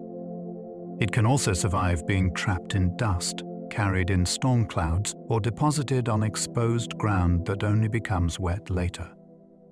This toughness does not guarantee success. Most spores will still fail. Yet the strategy makes moss persistent across space and time. It is also why moss can appear in places that seem isolated, like new volcanic rock or a freshly exposed patch of soil after a slide. The spores arrive already armored, and they wait for the moment the world turns wet enough to let life begin. Moss can survive ultraviolet stress better when shaded by its own mat. Sunlight is powerful, and ultraviolet light can damage cells. Moss often solves this with teamwork. In a thick cushion, the top layer takes the brunt of light, while lower layers live in filtered shade. That self-shading reduces stress and helps the colony keep functioning even when conditions are bright. Some species also deepen in color under stronger light, which can reduce how much radiation reaches sensitive parts of the cell. The mat structure matters too. Overlapping leaves create a layered canopy that scatters light and creates cooler, moister pockets below. This is another reason moss often looks healthiest when it forms dense patches rather than isolated stems. a single plant is exposed, a colony creates shelter for itself. It becomes a living roof that protects the interior. That protection can make the difference between a patch that survives an exposed season and a patch that fades away. In the sunlight, moss can act like a community that builds its own shade, one layer at a time. Some mosses grow in caves near entrances, living on faint light. Caves seem like the absence of plant life, yet near the entrance there is a twilight zone where dim light meets steady moisture. That is where moss can settle. Dripping water keeps surfaces damp. Pool temperatures reduce drying. Air movement can be gentle, and the rock offers countless tiny crevices to cling to. In that setting, moss does not need bright sun. It needs consistency. A faint daily glow may be enough to keep photosynthesis ticking along. These cave-edge patches can be surprisingly lush, especially where water seeps across stone in thin sheets. They also create habitat for small invertebrates that prefer humidity and shelter. If you step into a cave and see a soft green band near the mouth, you are looking at an ecosystem boundary. It is where outside light fades into darkness, and where moss claims the last usable photons, before the deep interior becomes truly lightless. Spanish moss is not moss, it is a flowering plant. It belongs with bromeliads, the same larger family as pineapples. Instead of rooting in soil, it hangs from branches and wires and catches water from rain and humid air. It also gathers minerals from dust and from tiny particles that settle on its surface. That habit can make it look like it is feeding on a tree, but it is mostly using the tree as a place to live. In the right climate, it can form long curtains that sway with every breeze, and it can shelter insects and small animals in the tangles. Its grey-green color comes from surface scales that help it manage water and sun. The name confuses people for a reason. It shares the same talent for living on the outside of things, yet its biology is completely different. It is a reminder that common names can be poetic and very misleading. Peat moss sold for gardens is mostly decomposed sphagnum. By the time it reaches a bag, it is no longer a living carpet. It is plant material that built up in waterlogged bogs where decay moved slowly and layers accumulated over long periods. Gardeners value it because it can hold water well and help keep a potting mix from drying too fast. It can also make a mix more airy when it is blended with other components, which helps roots breathe. There is also a trade-off worth knowing. Harvesting peat removes a stored material that took a long time to form, and disturbed peatlands can release carbon if they dry. That is why many growers now look for alternatives, like coconut coir or composted bark, depending on the plant's needs. The fascinating part is that a simple brown ingredient in a pot can carry the history of an entire wetland. It began as green growth on a bog surface, and it ended as a tool for home gardens. Marimo moss balls are algae, rolling into velvet spheres. They form from a species of green algae that can grow in soft, tangled threads. In certain lakes, water movement and wave action can gently roll those threads, and over time, they become rounded into dense balls. The surface stays green because light reaches it, while the interior can be darker and more compressed. In some places, these spheres can grow slowly for years, becoming soft living orbs that feel almost unreal when you hold them. Their shape is not guaranteed. If water movement changes, the balls can break apart or grow into less tidy forms. People often keep them in aquariums because they are striking and low maintenance, yet they still need clean water and suitable conditions. The name links them to moss, but their story belongs to algae and to lakes. They are a lesson in how motion can sculpt life. A repeated roll through water can turn loose threads into a living sphere. Moss on the north side of trees is a shaky compass.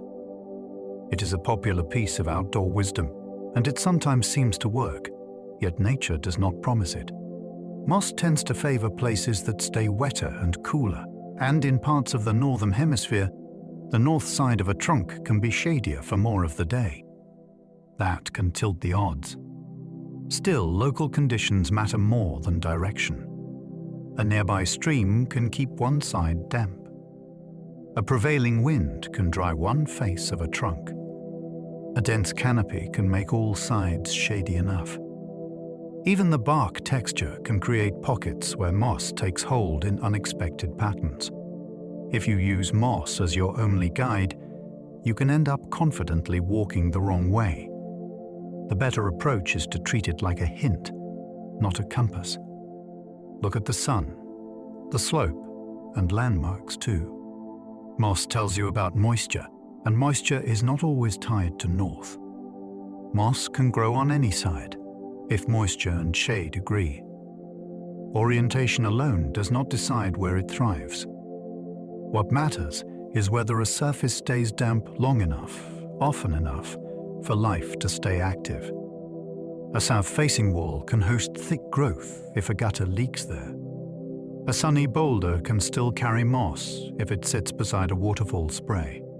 A tree trunk can be green on the windward side if fog blows in regularly. This makes moss a kind of local historian. It marks the microclimate, not the map. When you see a patch, it can hint at hidden patterns, like where dew forms first at night or where runoff slides after rain. In cities, it can reveal which alleys stay cool and which brick walls hold moisture. In forests, it can point to sheltered hollows where air movement is low. This flexibility is part of its success.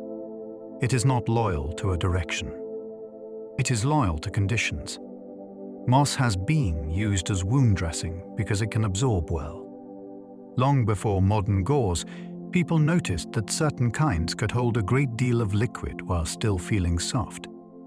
That matters for wound care because a dressing needs to manage fluid without sticking too harshly to tissue.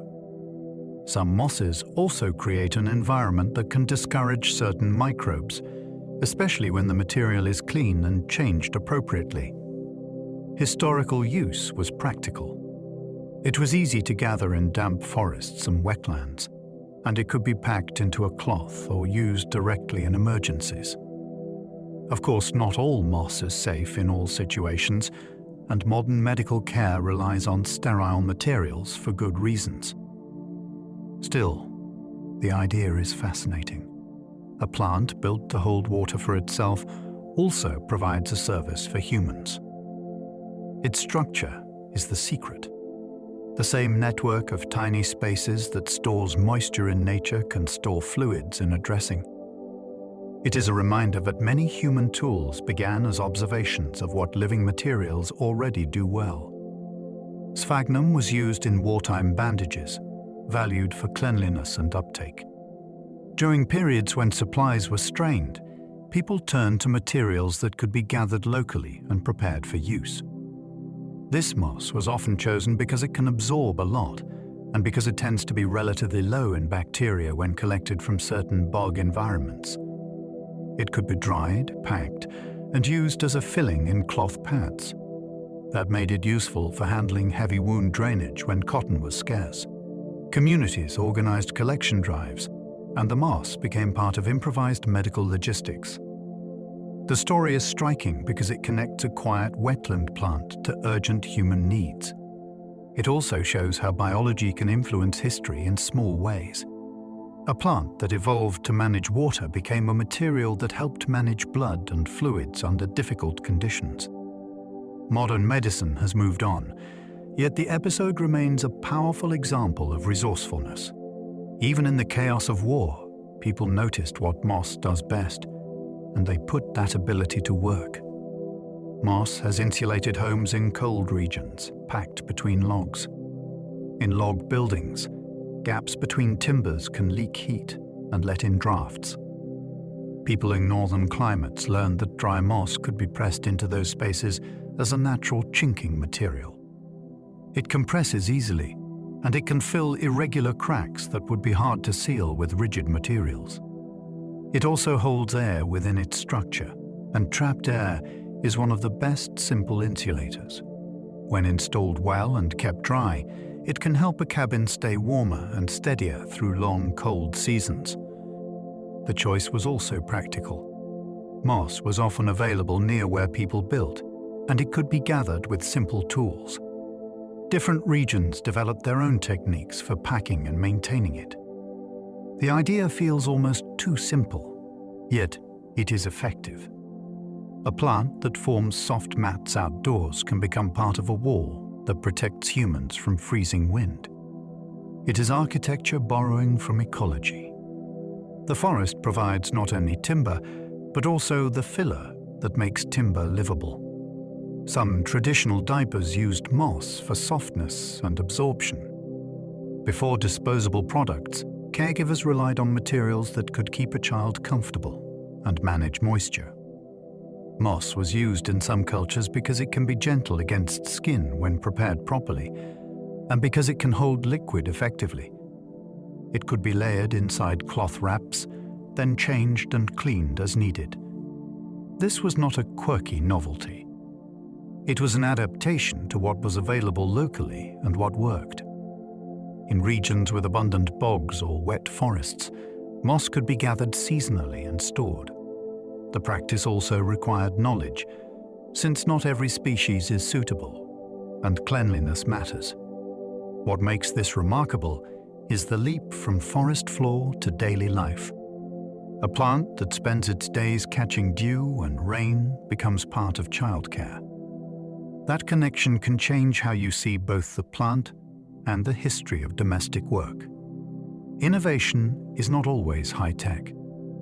Sometimes it is noticing that a natural material already solves a problem and then shaping it into a human tool. In gardens, moss can replace lawns where mowing makes no sense.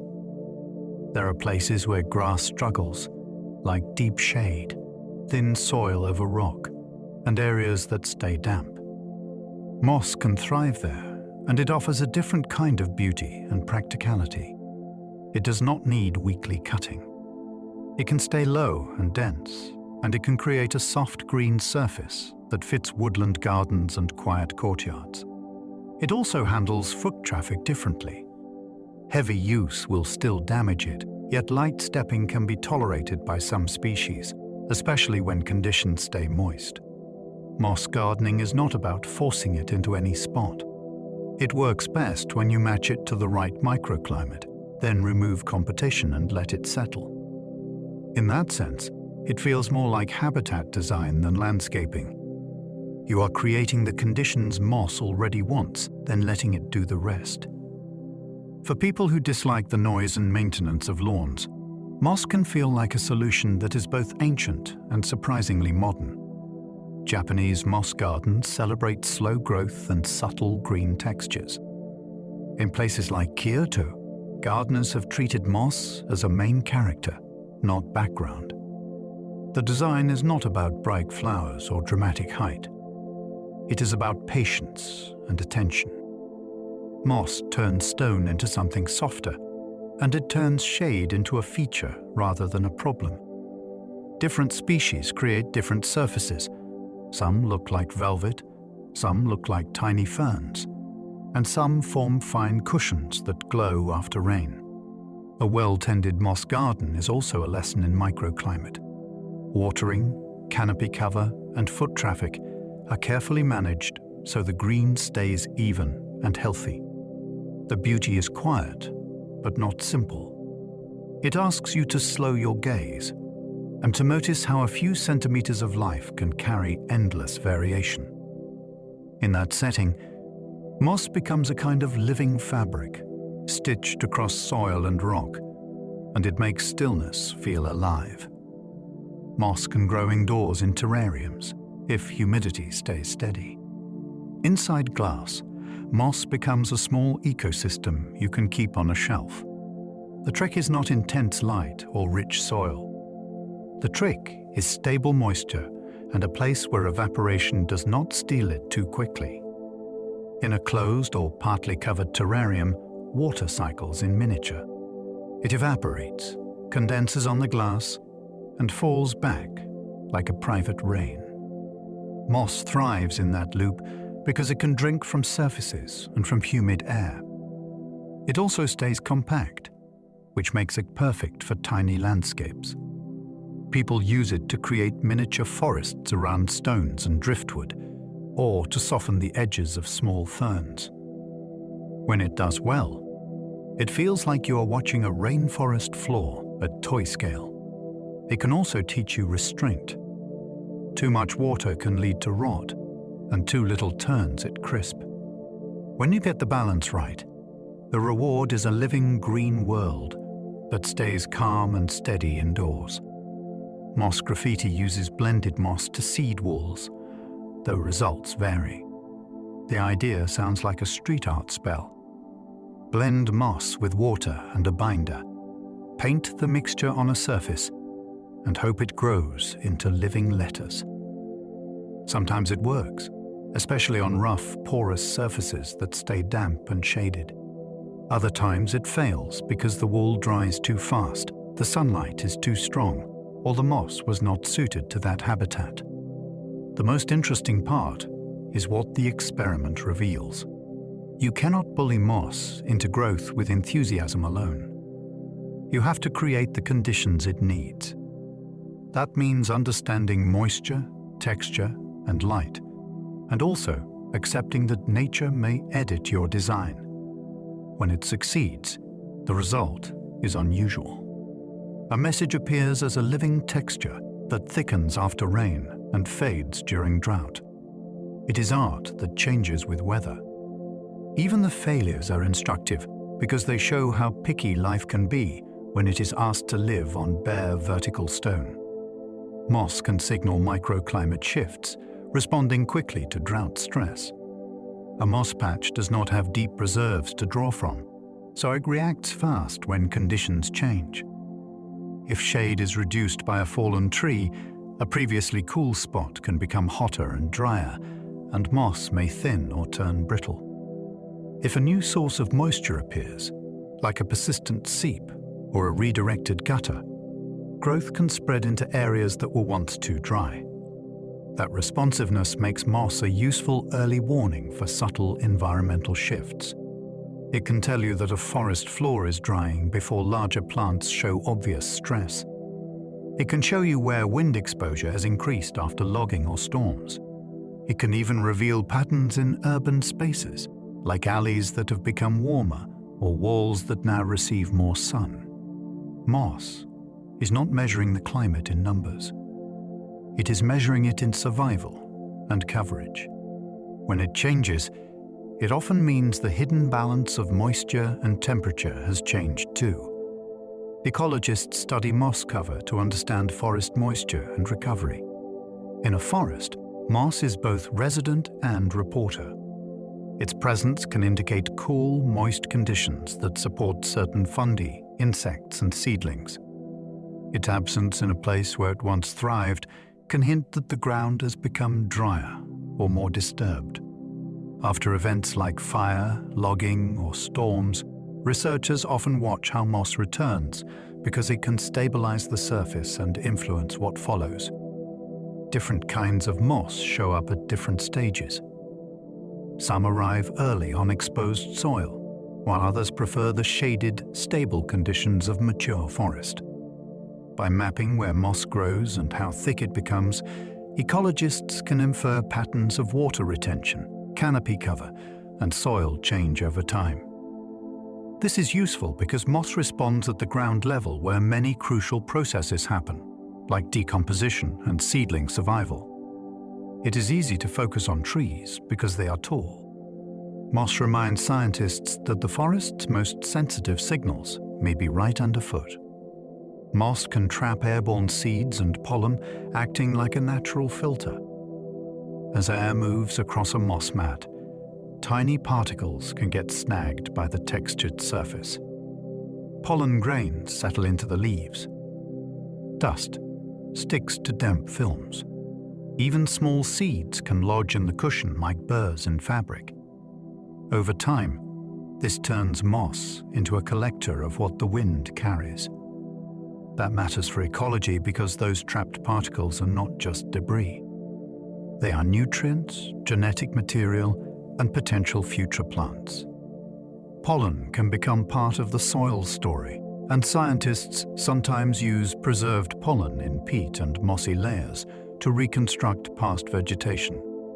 Seeds trapped at the surface can also influence what grows nearby, either by germinating if conditions allow, or by being held until they decay and feed microbes. In cities, moss can gather soot and fine particles from the air, which makes the filtering effect more obvious. The mat becomes a landing pad for the invisible traffic of the atmosphere, and it quietly turns floating matter into part of the ground. Moss cushions can hide seedlings, protecting them from hungry grazers. For a young plant, the first days are the most dangerous. A tender sprout can be nipped off by insects, slugs, or larger herbivores, and it may never recover. A moss cushion can offer camouflage and a physical barrier. A seedling can emerge nestled among tiny leaves that break up its outline, and the surface can be springy enough to reduce direct access for some grazers. Moss can also hold moisture around the base, which helps a seedling avoid the stress that makes it more vulnerable. This protection is not absolute. Some grazers will still find what they want. Yet in the early stage, even the small advantage can decide survival. You can sometimes see this in nature when a tiny tree seedling appears in the middle of a moss patch, looking sheltered and steady. The moss becomes a nursery floor, not by feeding the seedling directly, but by making the immediate world less harsh and less visible. Some birds and mammals use moss as nesting material for insulation.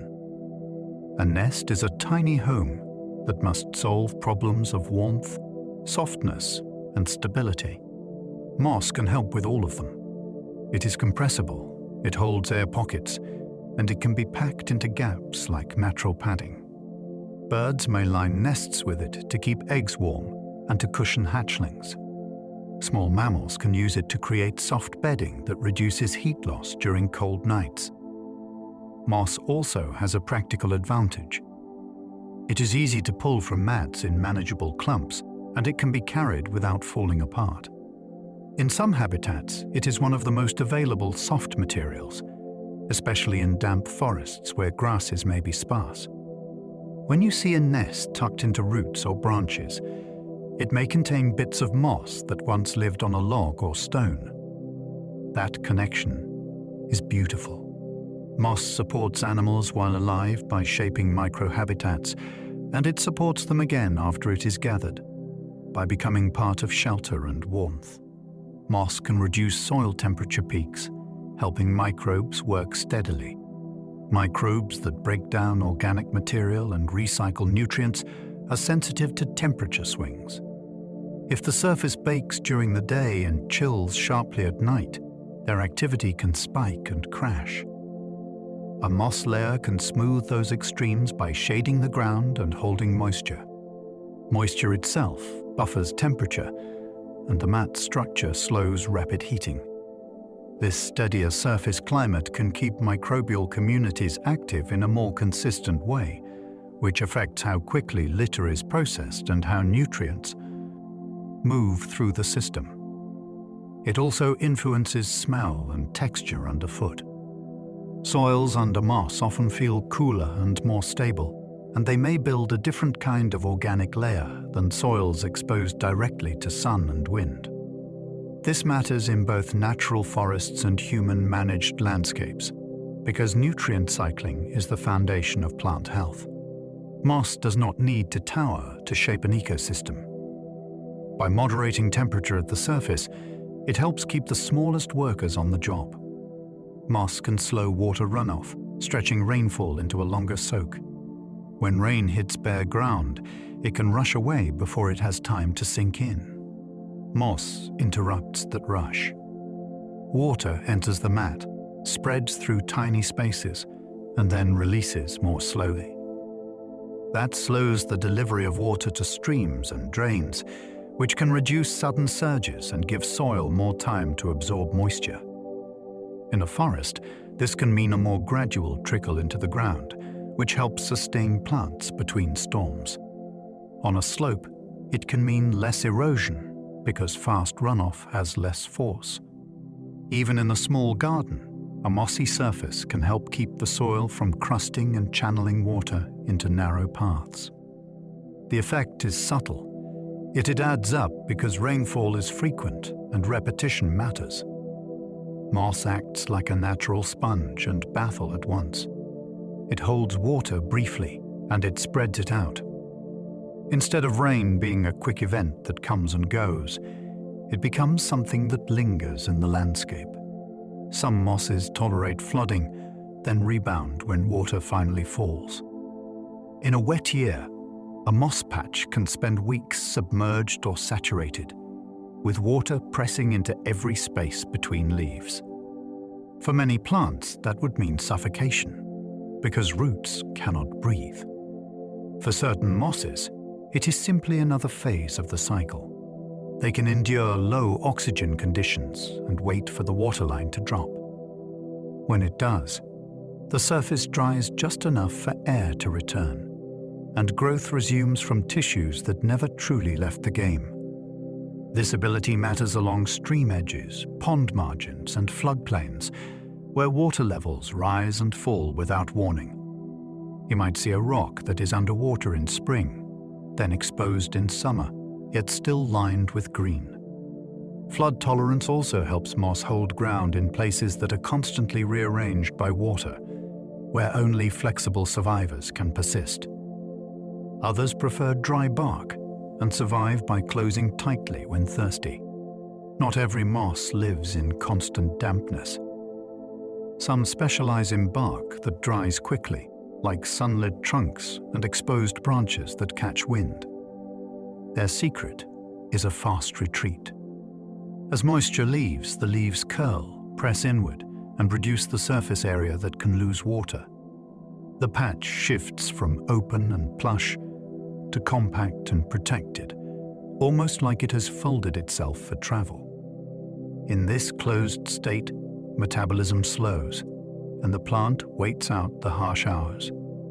Then night humidity rises, or a brief drizzle arrives, and the structure relaxes again. This is a lifestyle built for daily extremes, where hydration is a short appointment rather than a long stay. It also explains why moss can exist higher on trees than you would expect. Bark can be a dry neighborhood, yet these species have learned how to live there by turning dehydration into a reversible posture. Moss colors shift with hydration, from bright green to muted bronze. A fresh rain can make a patch look newly painted. The leaves swell, surfaces become smoother, and light interacts differently with the tissues, so green looks deeper and more vivid. In dry conditions, the same patch can appear duller, browner, or even silvery, depending on the species and the way leaves fold. Pigments and leaf angles both contribute. When leaves curl, they may expose different surfaces, and they may shade their own chlorophyll. This color shift is more than a pretty trick. It reflects a real change in how active the plant can be. Bright, hydrated moss is ready to harvest light and build energy. Dry, muted moss is in conservation mode, protecting itself until water returns. If you watch the same patch across a week, you can read the weather history in its color, like a living display of humidity. Moss can form beautiful spirals as leaves arrange around tiny stems. Even at a scale smaller than a fingernail, moss follows patterns that feel almost architectural. Many species place their leaves in spiral arrangements around the stem, which helps each leaf catch light without perfectly shading the one beneath. It also helps water move through the plant, because droplets can travel along overlapping surfaces and settle into sheltered pockets. When you look closely, those spirals can resemble miniature pine cones or twisting staircases. The pattern is not decoration. It is a solution to packing many leaves into a small space while keeping the colony efficient. In dense cushions, spiral growth can also help moss knit together because stems interlock like tiny springs. If you ever want a moment of scientific wonder, find a patch in good light and look at the geometry. You are seeing a repeating plan that nature uses again and again, scaled down to a world where millimeters are a landscape. Moss fossils help reconstruct ancient climates, especially in peat records. In peatlands, layers can accumulate like stacked pages, and plant fragments can remain recognizable far longer than you might expect. When scientists examine those layers, moss remains can help identify past wetness, acidity, and temperature patterns because different species favor different preparer conditions. Combined with other clues like pollen, charcoal, and chemistry, moss evidence can support a detailed picture of how a region changed through time. A shift in dominant moss types can suggest a drying trend, a cooler period, or altered water flow in the landscape. This is powerful because it turns a bog into a natural archive, one that was built slowly and stored carefully by waterlogged conditions. Fossil moss is rarely a dramatic skeleton. It is often small fragments and textures, yet those fragments can still speak, telling researchers what kind of habitat once existed where modern people now walk, farm, or build towns. Moss in permafrost can reveal past landscapes as ice thaws. Permafrost is ground that has stayed frozen for long periods, and it can preserve organic material like a freezer that never loses power. When thaw begins, old layers can become exposed, including moss that grew when the surface conditions were different. Scientists can study that preserved plant matter to infer what the ground cover looked like, what moisture levels were like, and what kinds of ecosystems once CAR dominated the area. Sometimes the moss still holds structure well enough to be identified. Sometimes it is a compressed mat that still carries chemical signatures of its environment. This matters because thawing permafrost is not only a local change, it affects carbon release, hydrology, and habitat stability. Moss evidence can help establish baselines, showing what was normal before recent warming trends accelerated thaw. In that sense, ancient moss becomes a witness. It is a small organism, yet it can carry a long memory of place. Mosses are studied for space biology because dormancy mimics deep stress. Space is an environment of extremes. Water is scarce, radiation is intense, and conditions can shift quickly. Moss is interesting to researchers because many species already cope with intense drying and rapid rehydration on Earth. That makes them useful models for understanding how living systems can protect cells during shutdown and restart. Experiments can explore what happens to membranes, proteins, and DNA when metabolism pauses, and how damage is repaired when conditions improve. Moss also offers practical advantages. It is compact, it can be grown in controlled settings, and its life cycle is well studied in the lab. The broader point is not that moss belongs on the moon. The point is that moss has already mastered a kind of survival choreography that resembles the challenges of extreme environments. By studying it, scientists can learn principles that apply to crop resilience, long-term storage of biological materials, and the limits of life under stress. Moss can help restore disturbed land, stabilizing ground before larger plants. When soil has been scraped, compacted, or stripped of vegetation, the first problem is often movement. Wind lifts dust. Rain cuts channels. Seeds struggle because the surface dries and shifts. Moss can act as an early stabilizer. It spreads across bare ground, binds fine particles, and holds moisture close to the surface, creating a more hospitable starting layer. This can be especially useful on slopes, mine tailings, or construction scars where erosion control is urgent. In restoration projects, people sometimes encourage moss by protecting patches from trampling and by keeping conditions moist enough for establishment. Over time, that moss layer can reduce surface temperature swings and create a quieter microhabitat where other organisms can return. It is not a replacement for trees or grasses. It is a first step that makes those later steps easier. Moss restores the ground's ability to stay put, and in ecology, staying put is often where recovery begins. Some mosses are threatened by habitat loss despite seeming everywhere. It is easy to think moss is invincible because you see it on sidewalks, stones, and tree trunks. Yet many species are specialists, tied to very particular conditions. Some require old-growth forests with stable humidity. Some depend on clean water and unpolluted air. Some live only on certain rock types or in narrow climate zones. When those habitats are drained, logged, paved or dried by shifting weather patterns, the moss can vanish quietly without the attention given to larger plants and, quote, animals. This matters because moss supports microhabitats, influences moisture, and contributes to ecosystem stability in ways people rarely measure. Losing a moss species can mean losing a whole set of relationships that depended on it. Conservation can include protecting intact forests, safeguarding wetlands, and maintaining shaded riparian corridors. The surprising lesson is that common-looking green can include rare life. Moss teaches you not to confuse visibility with security. When you notice moss closely, you discover an entire world at once. At first, it looks like a single soft surface, a simple green layer that covers what is old and damp. Then, you get closer. You see tiny forests made of stems and leaves, each one shaped to catch water and light in its own way. You begin to notice that different patches behave differently. Some lie flat like felt, some rise in cushions, and some form delicate threads that drape and spread.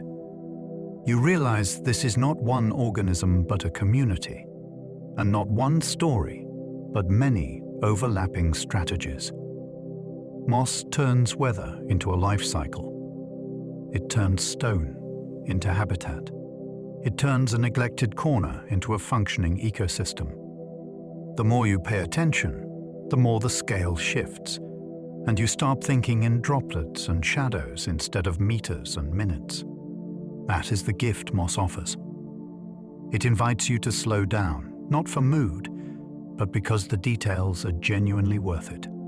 As we come to the end of our journey through moss, notice how much life can fit inside something so small. We wandered through green worlds that do not need flowers or height to be powerful. We traced how moss drinks with its whole body, how it can pause through dryness and return with the next breath of moisture. We listened to the quiet engineering of mats that hold water, soften rain, and steady the ground beneath forests and hillsides. We visited bogs where moss builds peat like slow geology, and we glimpsed the way those wetlands can store carbon for long stretches of time. We peeked into the miniature neighborhoods inside each cushion, with microscopic travelers moving through water films like hidden rivers. We even found moss woven into human history, from gardens and homes to practical uses shaped by softness and absorption. And now, you do not need to hold any of it tightly. Let the ideas settle like mist on stone. Let the details drift into the background, the way a forest grows quieter when evening arrives. Feel your breathing ease into a slower rhythm. Let your jaw unclench. Let your shoulders loosen. If thoughts come and go, you can let them pass, like clouds moving over a green hillside. If you enjoyed this sleepy little exploration, you might like, subscribe, or leave a comment about what surprised you most. And if you are still awake, there will be another video waiting on the screen, ready to carry you into the next calm curiosity. For now, Allow your eyes to grow heavy. Let the day fade. Let the world become smaller and softer around you. Sleep well, and good night.